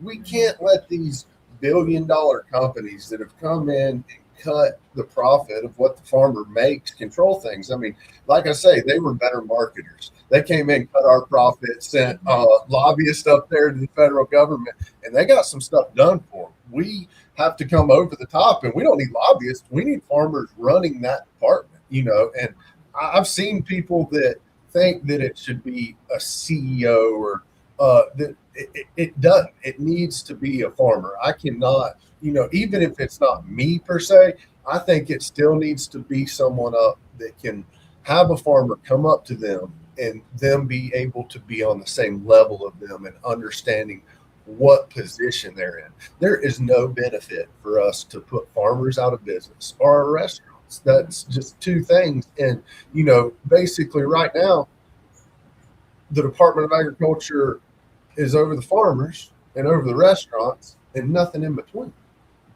We need to get some of that in between and stop letting them take so much profit. I think right now it's 6 to 8 cents per food dollar goes to the farmer when you spend that money. So we have to concentrate on getting them more of like 60, 70% of their money, if not 100. I mean, you know, it's funny. We were one of the first hemp farmers in South Carolina. And if it's a new emerging crop, it's hard to be, you know, self-sustained from bottom to top and vertically integrated. But literally the people that are doing very well in farming right now, they're completely vertically integrated because those have been around a long time and there's people out there looking for that. So I just see it that we've got to give them the tools that they need. And if there's stuff that does happen, like environmental issues, we all know that happen. I remember when like 2000s, there used to be a big saying, the ox is in the ditch, you know, like people would stop and they would go help that farmer. When that's the case now, we don't see anything. I mean, it will almost bring you to your knees if you're having a problem on the farm and you see other farmers come to help you. And we've seen that in different parts of the United States. I mean, you wouldn't, just like Nebraska, I don't know if y'all saw those fires out there last year. There was farmers from here that loaded up hay and took it across the nation. And literally, it's not the federal government that's coming in there and bringing that hay or feed. It's other farmers taking care of other farmers, you know. So that's where my whole decision in this said, you've got to run and do something right now. I believe they've become complacent in how they doing this. They've had a commissioner there for 22 years, the longest standing in the country. It's extremely rare. All right. And then you have the governor that's going out this year that's also been at the end of his term. So I just saw it and I said, I've got the drive to do this. I've got the name recognition. Now's the time to get in there and make the difference that I know I can. And it all started with me because I saw how people came out from the community and really fixed the broken system. I watched people walk right past FEMA and walk to a table where we had food pantries and feeding people set up. And literally FEMA came over there and were like, hey, can you guys kind of talk to people and tell them to come over and speak to us so they can hopefully take advantage of this? And we're like, yeah, we'll be glad to. And 10 minutes went by and they were over there screaming, had security coming out. And I'm like, this is why, you know, because they want you to come beg for that help. And then when it hits, you know, there is no help and you're upset because you've wasted the time. I mean, I had that happen yesterday. I got a USDA grant for my business in Travelers Rest, specialty crop marketing. It's probably $1,500. It was really nothing. I wish I wouldn't have took it now, but they called me yesterday and they said, you're working really hard. You got a lot going on. You're on a farm. You're making a move in politics. I don't see how you do it. Well, they left a audit for me to do before they got off the phone, you know, and that's the definition of like someone that does not want you to be successful is when they know your back's against the wall, they see that you're having trouble, they acknowledge it, and then they put more on your plate.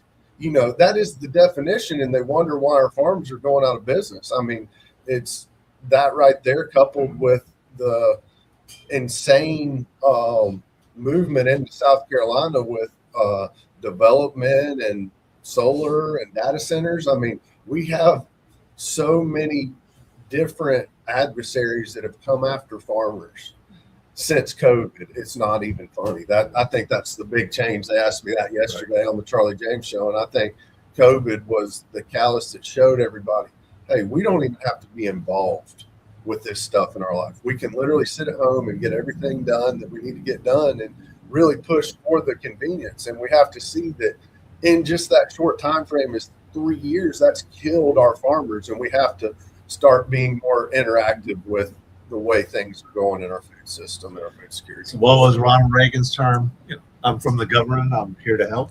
So you take a small grant because, oh, it's free money. It's and then they end up loading load you up with more work and more stuff. So there is a question online to what you just said. Do you think what happened on your farm has anything to do with the geoengineering that people are talking about and the air pollution? And Though there is, I'm not educated enough on it to be able to speak to it. I have had my eyes opened on it, and I'm trying to research more.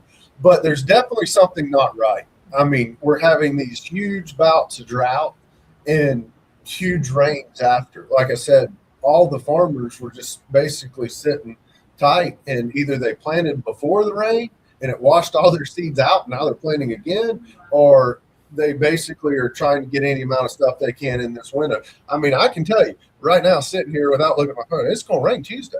I can tell you that for sure because I've been watching that weather like crazy, and it's almost obscene the way that farmers have to gamble. I mean, I've heard it. It's easier to go put 500 on black in Vegas than it is to go start farming. And with our kids as young as they are and not wanting to get into it, we have to take some of that gamble out and not make them. So, yeah, I'm not 100%. I can't say that, but I can say that I definitely have had my eyes open and I plan to research that more.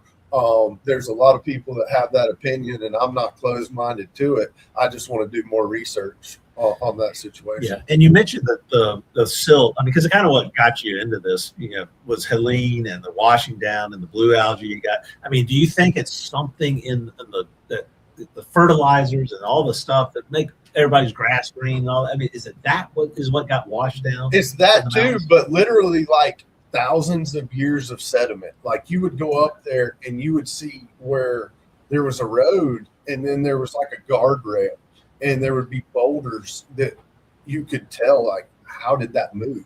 Well, it's because all of the dirt out from under it moved and then it rolled down, and you'll see that guardrail that had just, all the dirt under that had gotten washed out, and that guardrail was just thrown in there like a fingernail. It was so crazy. But just the amount of history that had been, layered up there over the years, and then for it just to unearth and wash down, I think that there's, who knows what before this, like they were trying to do like the cobalt mines up in North Carolina or talking about that or something. Yeah. Like who knows what was unearthed when that all washed down. There's all kinds of stuff up there. I know that it was not a good idea to drink the water after that had happened because there were so much chemicals up there that had washed into the aquifer and all this stuff. So that's why water was huge about trying to get it up there.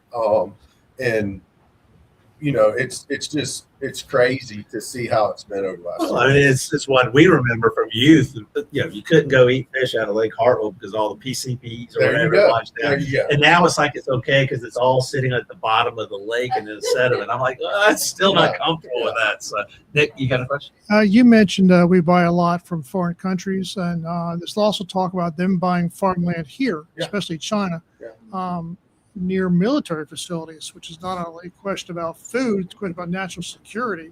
Is that happening in South Carolina? Is there anything we can do about it? Yeah, it is. There's a couple things happening in South Carolina. So there's definitely Chinese that are allowed. And, McMaster's was the one that allowed that. Not a lot of people know that, but that was an approval of something that was done by that administration. And so there's definitely owners of farmland in South Carolina. It gets dicey when they start going through Americans to buy that land. It gets hard to track. But one thing nobody is tracking is that IKEA in the Netherlands is the largest international landowner in South Carolina. Really? Yes. And they own the solar fields.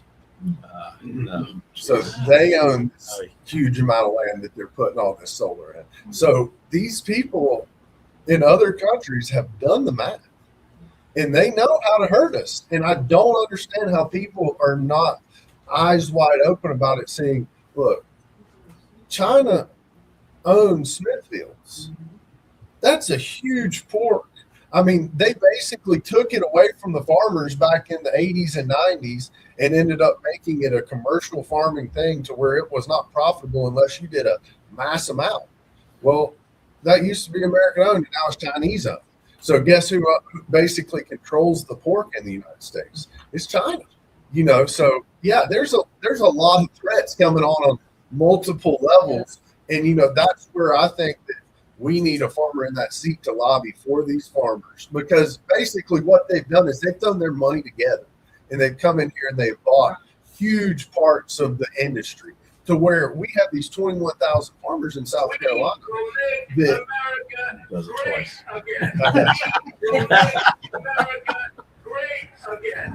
That come in, and there's 21,000 farmers, and they're so small they can't get a seat at the table. And so that's where I see this app and the distribution. If we can get all that in a centralized location, we can make that more of a retail ready brand as the South Carolina Grown. Right now, it's basically just they give you a sticker and a logo, and you prove that you're producing in South Carolina, and you know, good luck. It's just like you cannot give a farmer a seed and say, "Hey, go farm." I mean, you know, some of my competition is giving away sunflowers to a bunch of people, a bunch of sunflower seeds. And I'm like, that's great, but that's not farming. That's planting. You know, where are you going to sell it? How are you going to harvest it? What are you going to do with it? I understand that we would like to get stuff growing in South Carolina, but I mean, it's just like out here. They planted corn. They didn't plant sunflowers. You know, you want to have an end result. Are we farming or are we planting? Oh no, you're farming. You've got an end result. You know, I mean, even if your yields aren't that great, you don't do what you feel like you did. You still took something from the ground and put it in your stomach, you know, or used it for a product, you know. And that's the other thing. God, I can't wait to take y'all down this road. My other. And I will make one comment, because what has frustrated me to no end is, you know, one of your competitor that is the establishment pick is out there putting ads all over the place. Yeah. And it's saying, we need to stop the Chinese from buying our land. And I'm like, you are literally in the administration that let the Chinese buy all of our land. And I'm like, this is insane. For what, 10 years? For 10 years. I mean, for 10 years. So my other business is a greenhouse business up in Travelers Rest, up Northside Greenhouse, 180,000 square foot greenhouse facility up there. We sell hemp starts to farmers all across the country, and we sell ornamental plants at a retail scale over there. And so the reason we do our own retail is because if we grow our plants and we send them to a big box store, that's all pay by scan. So we own it. We have to take care of it until you as a consumer go in there and scan it across there. And then that's when we get paid for it. That's so terrible. Like, I mean, you wonder why Lowe's, Home Depot, all these places have plants that don't look as good as, because we're having to hire a contractor to take care of those plants somewhere across the United States to where we can't physically go check on them.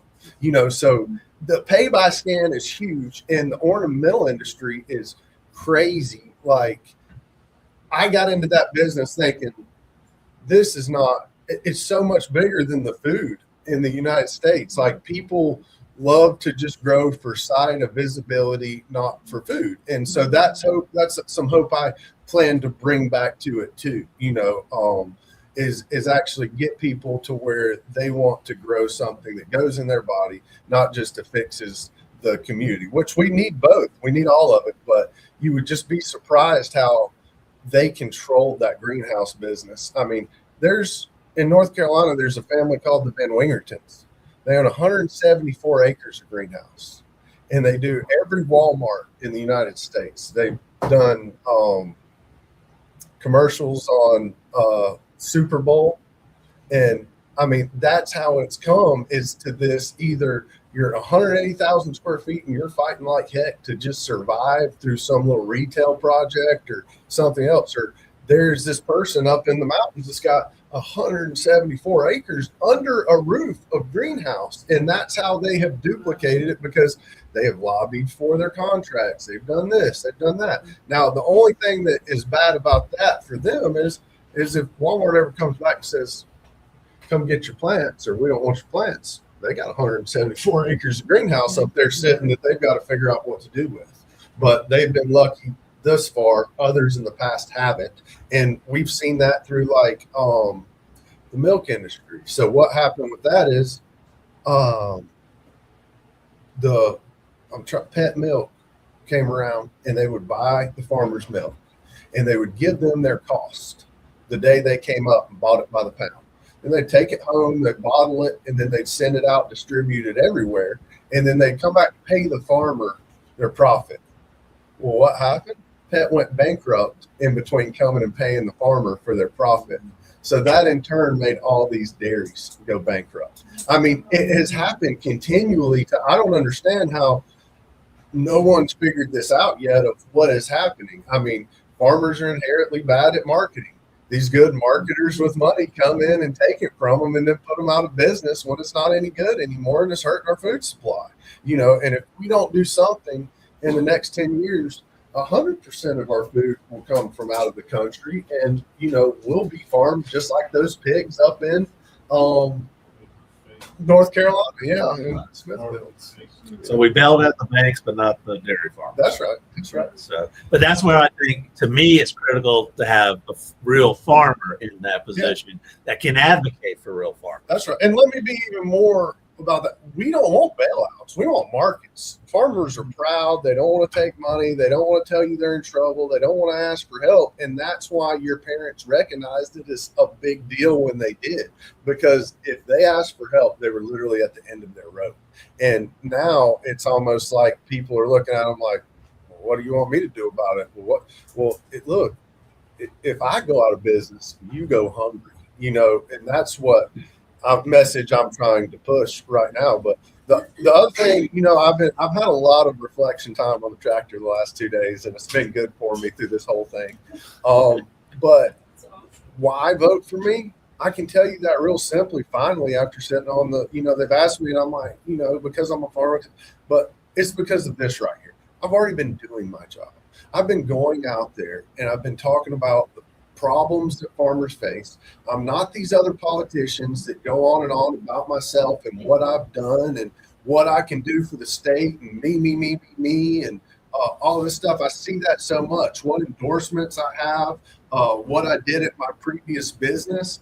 I don't care about any of that. I care about how you're going to help the farmer and do you know the problems. And that's how I've tried to bring my campaign to light. And it's been tough. And, you know, as soon as everybody else saw that was catching traction, they jumped on board with what I was saying. So, and you're going to have that. But, you know, I at least know that what I've already done is working because they've had to pick up the issues. I mean, I saw Pamela Evatt the other day in that thing she released. It said, mentioned farming in there.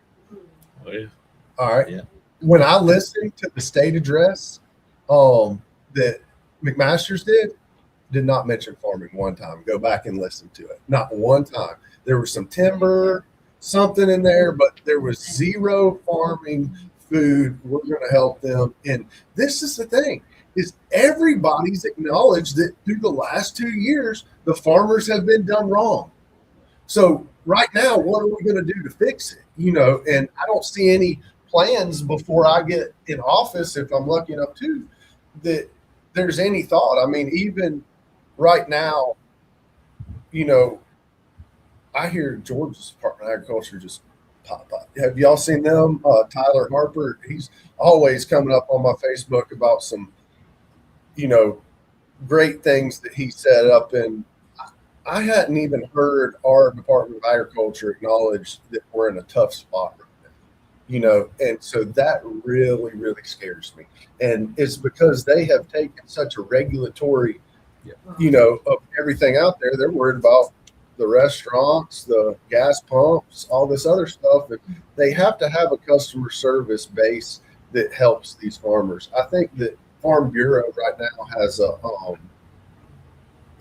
call-in line. If mental health for farmers or suicide line or something like that, they say that they can't keep the phone lines open. You know, that it's constantly farmers calling in with their problems and how are they going to continue to make it. And what they figured out is they're worth more dead than alive with an insurance claim. And that's a tough place to be. I think what's very interesting, I mean, and we've seen this all across the board. Trump got the bully pulpit and he woke up a lot of people to a lot of issues, even us. I did not realize how bad it was. And we were involved in trying to do and fix stuff on our issue, school choice. And it's like, oh my God, the same problem is everywhere. Obviously RFK, and I don't know your feelings on him and what he's doing with the Maha movement, right. But he's waking people up to the whole issue. You know, you're right, and I'm not dissing on our current act commissioner, but I mean, you don't hear a lot of things. And we talk about the governor's office being a bully pulpit. It doesn't have a lot of power, can do things. You know, I think ag must have a lot of power because I've never seen a race where, number one, the other side, the establishment side, pick of it, if you will, has freaked out and thrown a bunch of money at it. And I've never seen them get so upset about a guy with a name recognition, because that's what politics is about. Whether you like it or not, it is name recognition. And the name Danny Ford, and we haven't talked about your dad and who your dad is, but he did bring a national championship to Clemson in 1980. Oh, yes. And we will clarify, when you did call the headquarters for the first time, Olga answered and said, oh, this is Danny Ford. She had no earthly idea who the heck he was.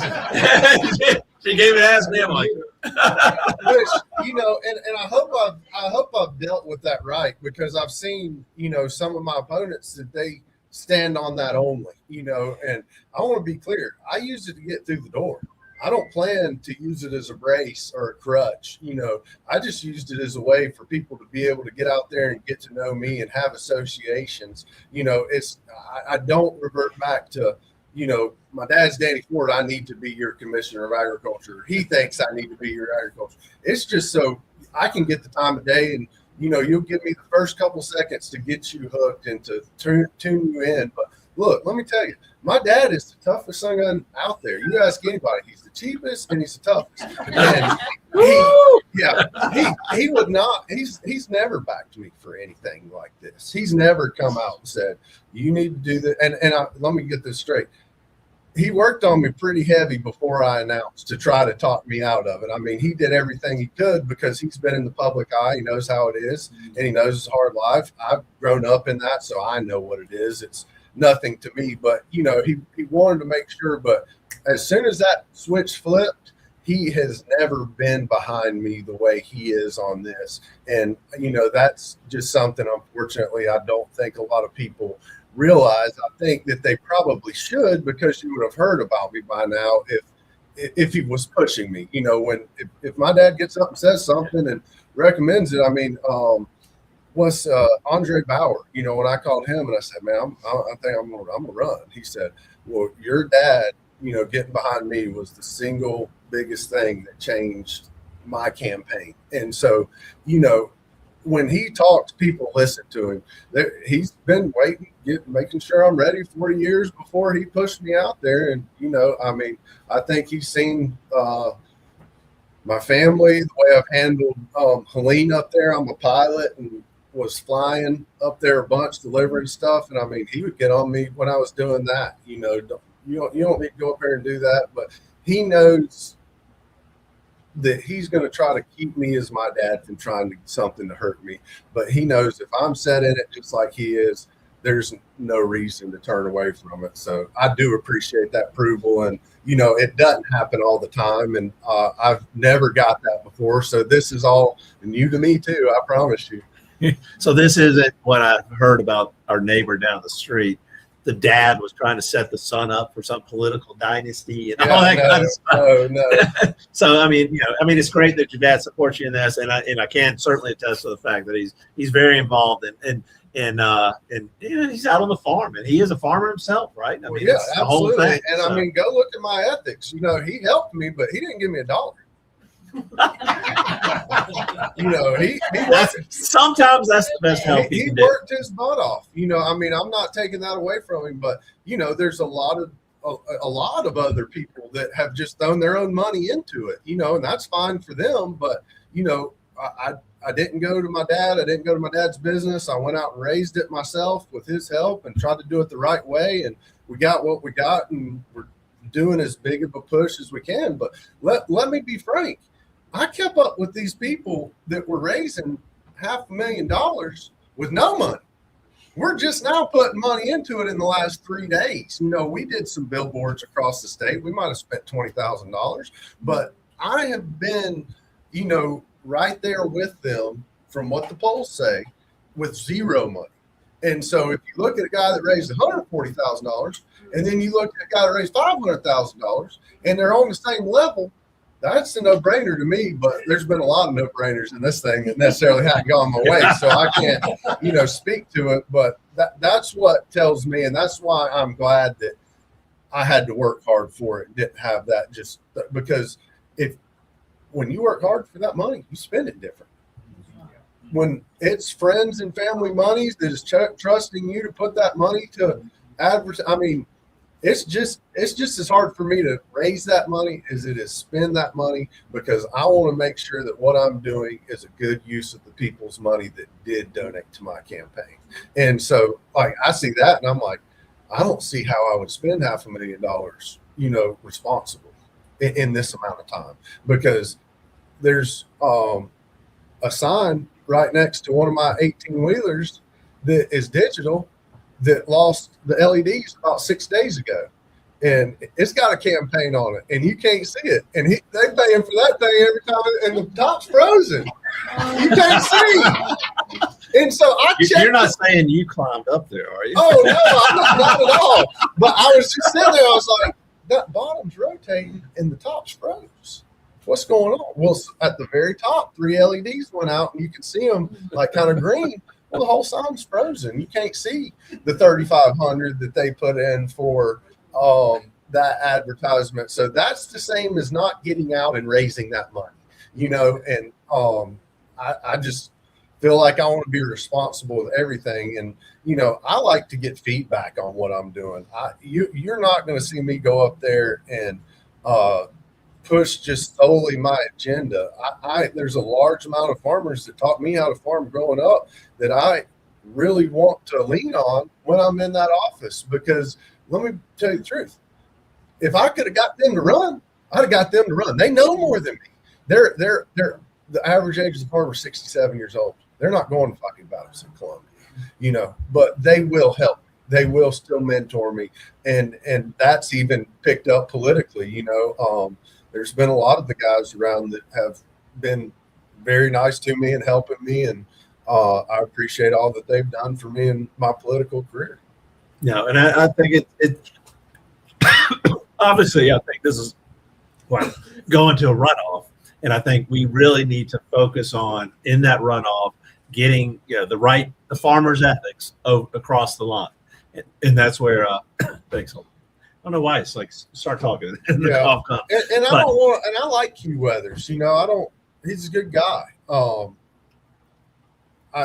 It's not that, you know, well, like we talked with Rom Reddy. I mean, he wants to have an open conversation, weekly basis. What we've done with this Coffee and Politics for the 5.5 years since we got elected in the office here, simple thing, but, you know, you meet with the people, you talk to the people. And I think, you know, the ag commissioner's office has just been on nobody's radar, and the establishment is trying to take it over and buy it. And if they spend $500,000 on that, I don't know what people do in a governor's race. Well, but you know, we've got to, as the people and the grassroots, need to step up in the farm community too. So. And that, you know, let me clue y'all into a little secret that nobody understands and nobody has understood till this point. Agriculture commissioner is not a popular thing. You know, everybody said it's so down ballot. And then when I went and voted, it was third on my list. So I was wondering how down ballot it was, but it's a primary. Some people aren't getting primaried, stuff like that. So I get it, but it is going to be so hard to get this next. It will be just as hard to get this next commissioner of agriculture out as Hugh Weathers. It will ultimately be his choice, because that department is a marketing department. It comes with free advertising on every gas pump. Hugh Weathers. Every time you go get a ham sandwich at the grocery store deli, Hugh Weathers. So in your mind, something that is down ballot and that's not really cared about, you look and you say, oh, that's the name. How do you think I ended up figuring out that I was going to run and that it was a good idea? And that's how, you know what I'm saying? I mean, that's so we have to even look at, I'm doing a term 2, and I want to be with my family and enjoy them just like my dad was able to do when he got out of coaching. We don't need anybody, me, in there for 22 more years. There's too much change that happens, and those new generations are able to deal with that change better than I would advancing my age. Ms. Rebecca, you had a question? First of all, thank you for stepping up to public service. Yes, ma'am. I voted for you Thank you. already. I have 2 retro old person questions. Yeah. The first question is, what is the state of the future farmers of America? So, And the second one is, how are the Victory Gardens doing regarding in the community aspect of the Victory Gardens, the old Victory Gardens? Not a lot of people know about those. And that's it. Yeah. So Future Farmers of America, you're talking about FFA, right? Yes. You know, I heard something a while back that kind of troubled me, is that it was more of future leaders of America. They were, you know, preparing these kids to be leaders and not necessarily farmers anymore. And so that was a little bit hard for me to swallow. You know, I got my start. I was in the FFA. You know, I think it's funny because we had a tractor backing competition. We had welding, and like, I learned how to do that stuff in school before I learned on my own farm, you know, and then popped up in my farm. I'm like, hey, look what, because parents don't want you to tear their good stuff up and all that stuff. So, you know, they're like, go learn that somewhere else. I mean, that's how it is, you know. And I heard somebody from that the other day, they said, you know, I can't hire somebody to come out here and get on this $500,000 piece of equipment that has no idea how to run it, you know. But so I definitely think that that's where it starts, at the young age, and building that up, teaching these kids where their food comes from. I think high school's too late. You know, I mean, we need to start at a young age, and these kids need to get their hand in the dirt.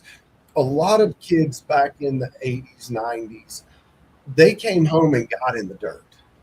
Now these kids don't have access to that dirt. So they don't understand to where it's like, these kids are farming, playing in the dirt at home all the time. Let's send them to school to get an education. Now all they're doing is getting an education. They're missing the whole farm side of how life works and how you produce for people and stuff like that. So I think it's valuable. I think, you know, we can't just have leaders. We got to have farmers. They've got to be tough. They've got to be the kids that are in FFA that are strong-willed, that are giving the teachers a hard time. Send them out to the farm. We'll work them. We'll break that spirit. You know what I'm saying? It's been done before. We grew up like that. All of y'all have got sent to the farm for a hard day's work because you didn't do the right time. You know, and that's not happening anymore. So I'm obviously strong-willed. So I was direct product of that. You know, I was much better on the farm than I was in school all of the time. And but the Victory Gardens, are you talking about just in town all around, or where yeah, community garden? It's got to be bigger. I mean, I know Columbia, there's some people I know down there that's making a big push on it, but I haven't heard a lot in Greenville. And you know, I mean, like, is that encouraged? Oh yeah. I mean, any amount of preparation for you to be self-sustainable is absolutely encouraged. You know, what is not encouraged is the dependency on these things. The dependency on fast food, on grocery stores. I mean, we've seen it. They can't keep toilet paper in COVID. You don't think something's going to happen eventually? I mean, we all know it's coming. It's when is it coming? You know, and so it might be, you know, we didn't think that data and AI was going to be here in 2025, 26, you know, so it comes a lot quicker than our brains really realize that it's coming. So I'd love to see more Victory Gardens, community gardens. You know, all you need is a spot of dirt, and that's what it takes to farm. Yeah, and that's really why we started this little garden we have out in our front yard. It's great for marketing because everybody now knows, oh, that's that place with all the corn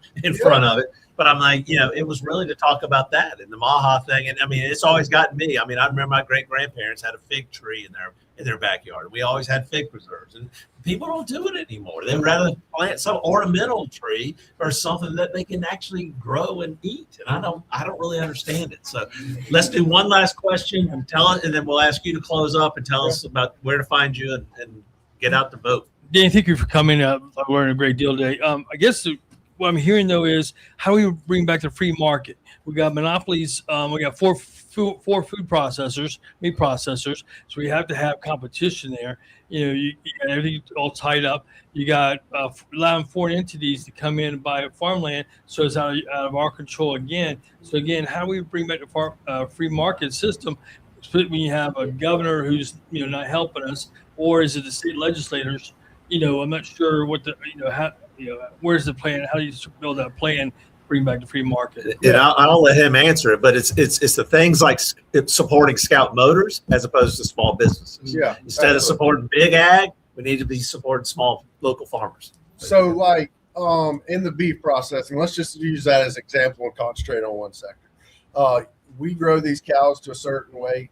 We put them through the cow cell. A buyer buys them. They get sent out west. They go into a feed yard, and then they go to one of 4 owned packing plants, and they have all the USDA inspectors. You have to get your meat USDA inspected if you're killing it for sale. And so basically what has happened there is we can't get the inspecting done, so we can't get the processing done. Well, I always say, how many people do you know that's gotten sick on deer meat? None. I mean, none. So I'd like to see all of these custom processors throughout the state of South Carolina that are small businesses that are regulated by the health department and all this stuff. I mean, they just don't have the USDA inspector that looks at it and says, this is USDA graded, and the other thing is we don't have any prime graders in South Carolina. Those prime graders go all to those big 4s. So our farmers are at a $4 disadvantage the second they kill a cow, because it can only be choice or it can only be sold as a half or a whole. We have to open up those processors to be able to process beef. And then we also need mobile processors. They have those around the country. Who do you regulate? We do. Okay. Yeah.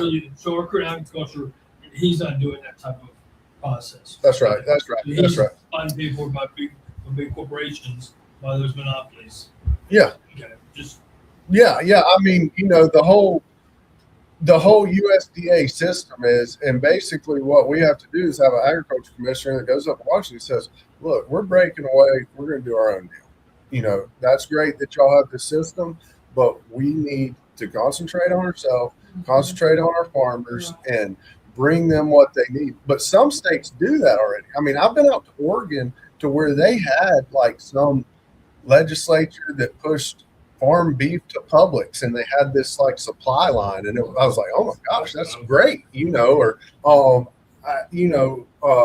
the mobile processors. I know Colorado, where I lived out there for a while, did it, and they'll have this reefer freezer, and they'll go out to the farm and they'll process the animal, they'll hang it, and then they'll give you your beef back, but they're allowed to do it. And some stuff is like the packaging for the regulation that the Department of Agriculture controls. They're just too strict. Like, I've had a person that's gone out there and had batches of honey and showed them their label, and they're saying, no, your font's too small. Well, they don't regulate anybody else's font out of the state or internationally. So all the fonts are wrong, except for, we're hindering our farmers. So to open some of this up and just simply say, this is the law, we're policy enforcers, we're not going to enforce this policy, could do a huge deal for the state of South Carolina and farmers. It's like everything. Where there's a will, there's a way. Yeah. There just hasn't been that will. Maybe, not to give excuses, it just hasn't been brought up. Yeah. RFK has changed the planet in regards to food and Maha and all that type of stuff. Yes. And it's time that we need to change it here in the state of South Carolina. So, Close up. Let us know why. You told us a lot of things. Yeah. I don't know. I'm sure we're all in agreement on a lot of things. How do people find you? How do they support? Huge push on Facebook right now. That's where we're doing most of our marketing. I think I had 200,000 views yesterday. So we're pushing a lot of it social media. These signs and stuff are great, but people still have to get out. We're trying to hit them where they're at in their hand.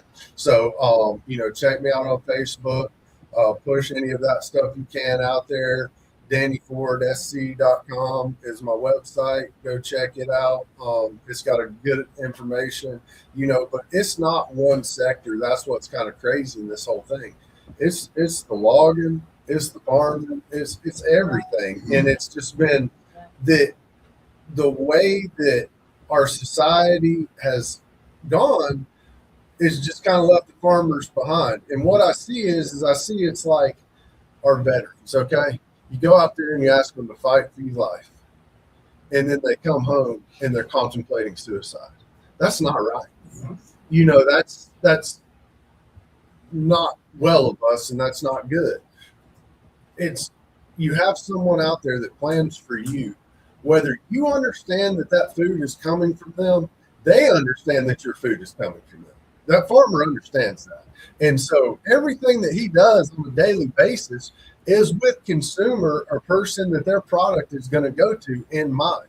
So for them to have to sit there and think about how to feed you every day, how to get in a market that is acceptable, open to you to where you can get that, and then they're contemplating suicide, I think those two things are big, have to change. If there's one thing we need, it's veterans protection at the forefront, and it's the farmers' food at the forefront. So I think that those two have to be taken care of. And I think that, there's a lot of, in the last 10 years, I feel like on the veterans thing, a lot of people have become educated on how that is. And I think that's the same process. If we could have people like vets helping vets, different things, and out there for it's not like that now. It's basically like your lobbyists are like Farm Bureau and Farm Bureau owns an insurance company.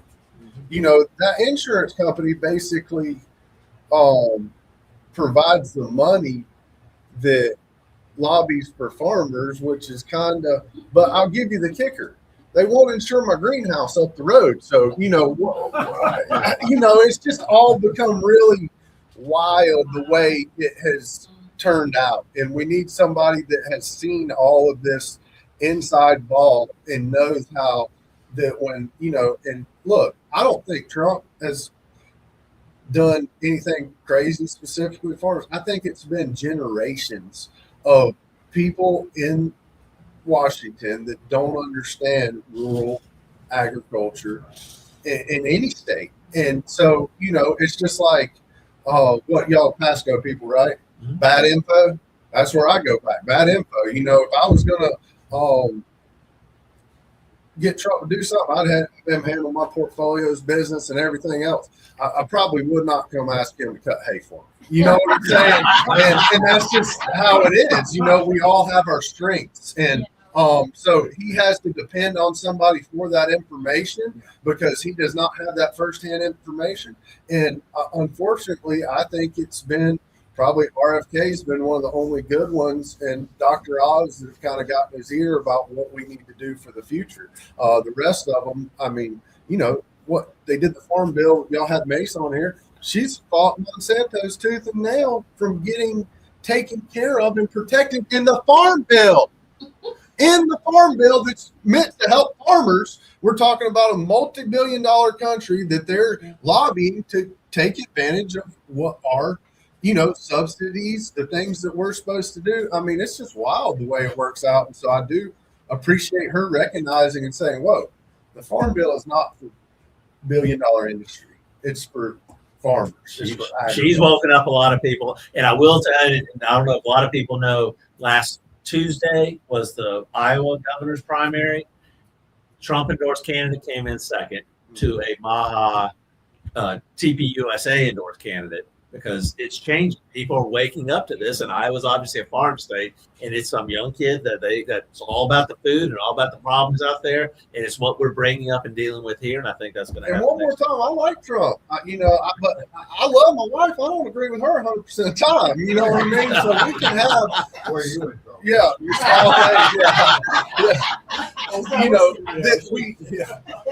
And she's working at the greenhouse right now. Holding down. So, yeah, I'm sure she's like, yeah, I'm going lunch. But no, I mean, we're never going to agree 100% of the time. We're never going to have 100% of the full picture. And that's why we need to put people that have real life scenarios in these positions of office so they can be the ones I mean, I think we can all look at it and see that there are plenty of bureaucrats up there that are talking about stuff that just does not absolutely matter, or at least not in a order of importance. I mean, there's, if we're going to take care of national security through apps like, TikTok and all this stuff, we need to talk about national security through our food process just as heavy. You know what I'm saying? And so for me on the outside as a farmer, I'm looking for something to come up just as big as that scenario for there to be a change. And that's what I plan to do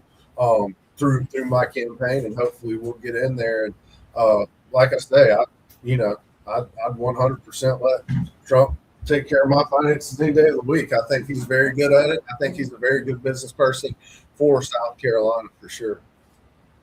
All right, fantastic. DannyFordSC.com. DannyFordSC.com. So, thank you for coming out. It's going to be fun, and we'll get to the runoff, and then we're going to all lay in real heavy. So push hard. We got to get this thing over the finish line. So, yep. Thanks, sir. All right, any comments, questions, thoughts? Voted for you. Thank you. It means the world. Thank you. It really does. We want to do a straw poll. Everybody in favor? You wouldn't believe how many times I've done that. Has been taken somewhere to where other candidates have gotten hours and cakes baked and all this other stuff, and then they bring me in there for 2 or 4 minutes of a debate answers, and then they do a straw poll going out. I'm just scratching my head like, what just happened? And then I come back on Facebook, I'm like, oh, well, they were there last month, and they had them as their own speaker, and just they knew it was happening, so they brought like 20 people with them. That's right. Yeah, those two things. So yeah, the straw polls didn't work out in my favor, but as soon as the one poll came out, it showed me a point behind, and I think there was a lot of undecided in that, and I hope when you go to the undecided, you go to the person that and hoping we get that done. Well, name recognition is a big thing, and nobody's got more name recognition than you just out of the box. So that's why they're so freaked out about it. Because people are going to get down there and they're going to say, oh, Danny Ford, I know that name. So they don't know anything else. Yes. All right. Just so we let everybody know, we've got a cookout on Tuesday after. So if you vote, whatever you're doing, working the polls, watching, whatever, we'll be all meeting here 6:30. Obviously, anybody can come earlier. It's kind of weird, it gets quiet during the day because everybody's out everywhere. And then the afternoon will come, people start coming in. But please come to the headquarters, hang out, and then help us get set up. And then obviously we'll move into the cooking out some hamburgers and hot dogs and all that kind of good stuff in the evening, and kind of watch that stuff. We let the press know that we'll be here. They always want comments and questions. So if they may stop by and, everybody be on their good behavior. So.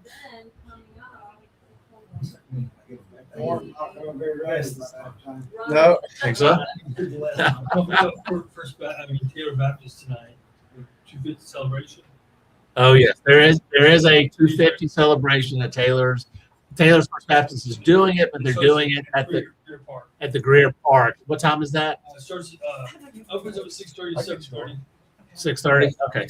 Opens up at 6:30. I think that'll be kind of neat to go to. So I guess they're playing music and all that kind of stuff. So we've shared that with some folks that friends of ours over in Greer. We do have a runoff debate candidate forum that's going to be. We're doing it with Spartanburg GOP. It'll be at over at Wofford College, and that'll be on Saturday night. I think it's 6 to 8.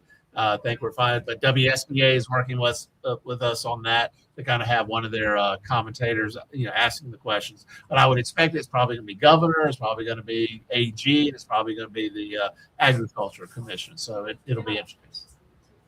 Well, even though Pamela Bovett thinks she's going to win it all, we'll see about that. It has not been good for some Trump endorsements here lately, and I think it's just got bad advice. It's okay, but yes, Ray, you got an update. I don't know if. Oh, you know what? We did. It is working. Yes. So please ask that. Yeah, Quick I just update. want to remind people Monday we'll have our educational outreach is Theology of the Body. It'll be at Christ on Main, 6:30 this Monday, the 12th. And what time is that? 6:30. 6:30. Gotcha. And month after in July, I'll be giving a talk on morality of ethics at Denny's as usual. August, we're going to go back to Christ on Main. We're going to have spiritual warfare and the pro-life battle. And we have Father London Necker from Our Lady of the Rosary will be giving that talk. No, and he's really good. I definitely would do that. But Monday, 6:30, Christ on Main. I think it'll be a good presentation and whatnot. Yeah, Angela Hartwell, the daughter of Ray. Ray Calabro. Ginger. So two of our main folks, Ray and Ginger Calabro, their daughter. I think she's got a PhD and all that stuff, or she's studying for She's it. working on it. She's working on it. Does have So a I master's. think it'll be very, very interesting to have. 6:30 at Christ on Main. And Terry, you've got something? Movie tickets. Oh yes, we are doing a movie on July 3rd. The 410 at 410 at the Regal, or is it? yeah. Oh no, Cherrydale. Cherrydale. 410 at Cherrydale. Right. I've got the tickets, $12. I've only got 45 tickets left. So make sure if you're coming, let me know. So Okay, and what is the movie? It's Young Washington. Young Washington. Young Washington. And who's producing that? Who's putting that? That's Angel Studios is doing it. So 410 at Cherrydale. But get with Terry to get tickets. So because they won't go on the website. We're gonna do them. I'm gonna do them. you're doing it? Okay. Yeah, instead of because you have to pay the Yeah, there's transaction fees and all that kind of stuff. Transaction fees. So Yeah. $12. $12 for the tickets. If you want them, you can obviously email in at team at Greenville GOP and just reserve them. And we can get payment later on. Right. Because I'll give out the tickets the night of the movie or maybe the day before. I'll let you guys know for that. Okay, good. What else you got? Anything good? Yes, it is Ron. Super late, but this guy was on a roll. I'm like, that's why I showed up, because I always get more time when I show up. That's why you're gonna be live. I'm like, oh my god, I thought you were just supposed to be like a good name, and you're just here over your phone. Like the guy knows everything. But that's the experience we've had with him when he actually reached out to us months ago before filing, said he was thinking about running for this, and I'm like, oh, this guy probably doesn't know anything. I'm like, oh my god, he knows everything about farming. And I'm like, wow, this is going to be fantastic. So we're super excited about it. So it'll be a good race. So anything else? Anybody got a motion? Motion. All right, all in favor? All right, we're out. Thank y'all. See you next Tuesday. Come have a hot dog. Real food. There you go. Thank you.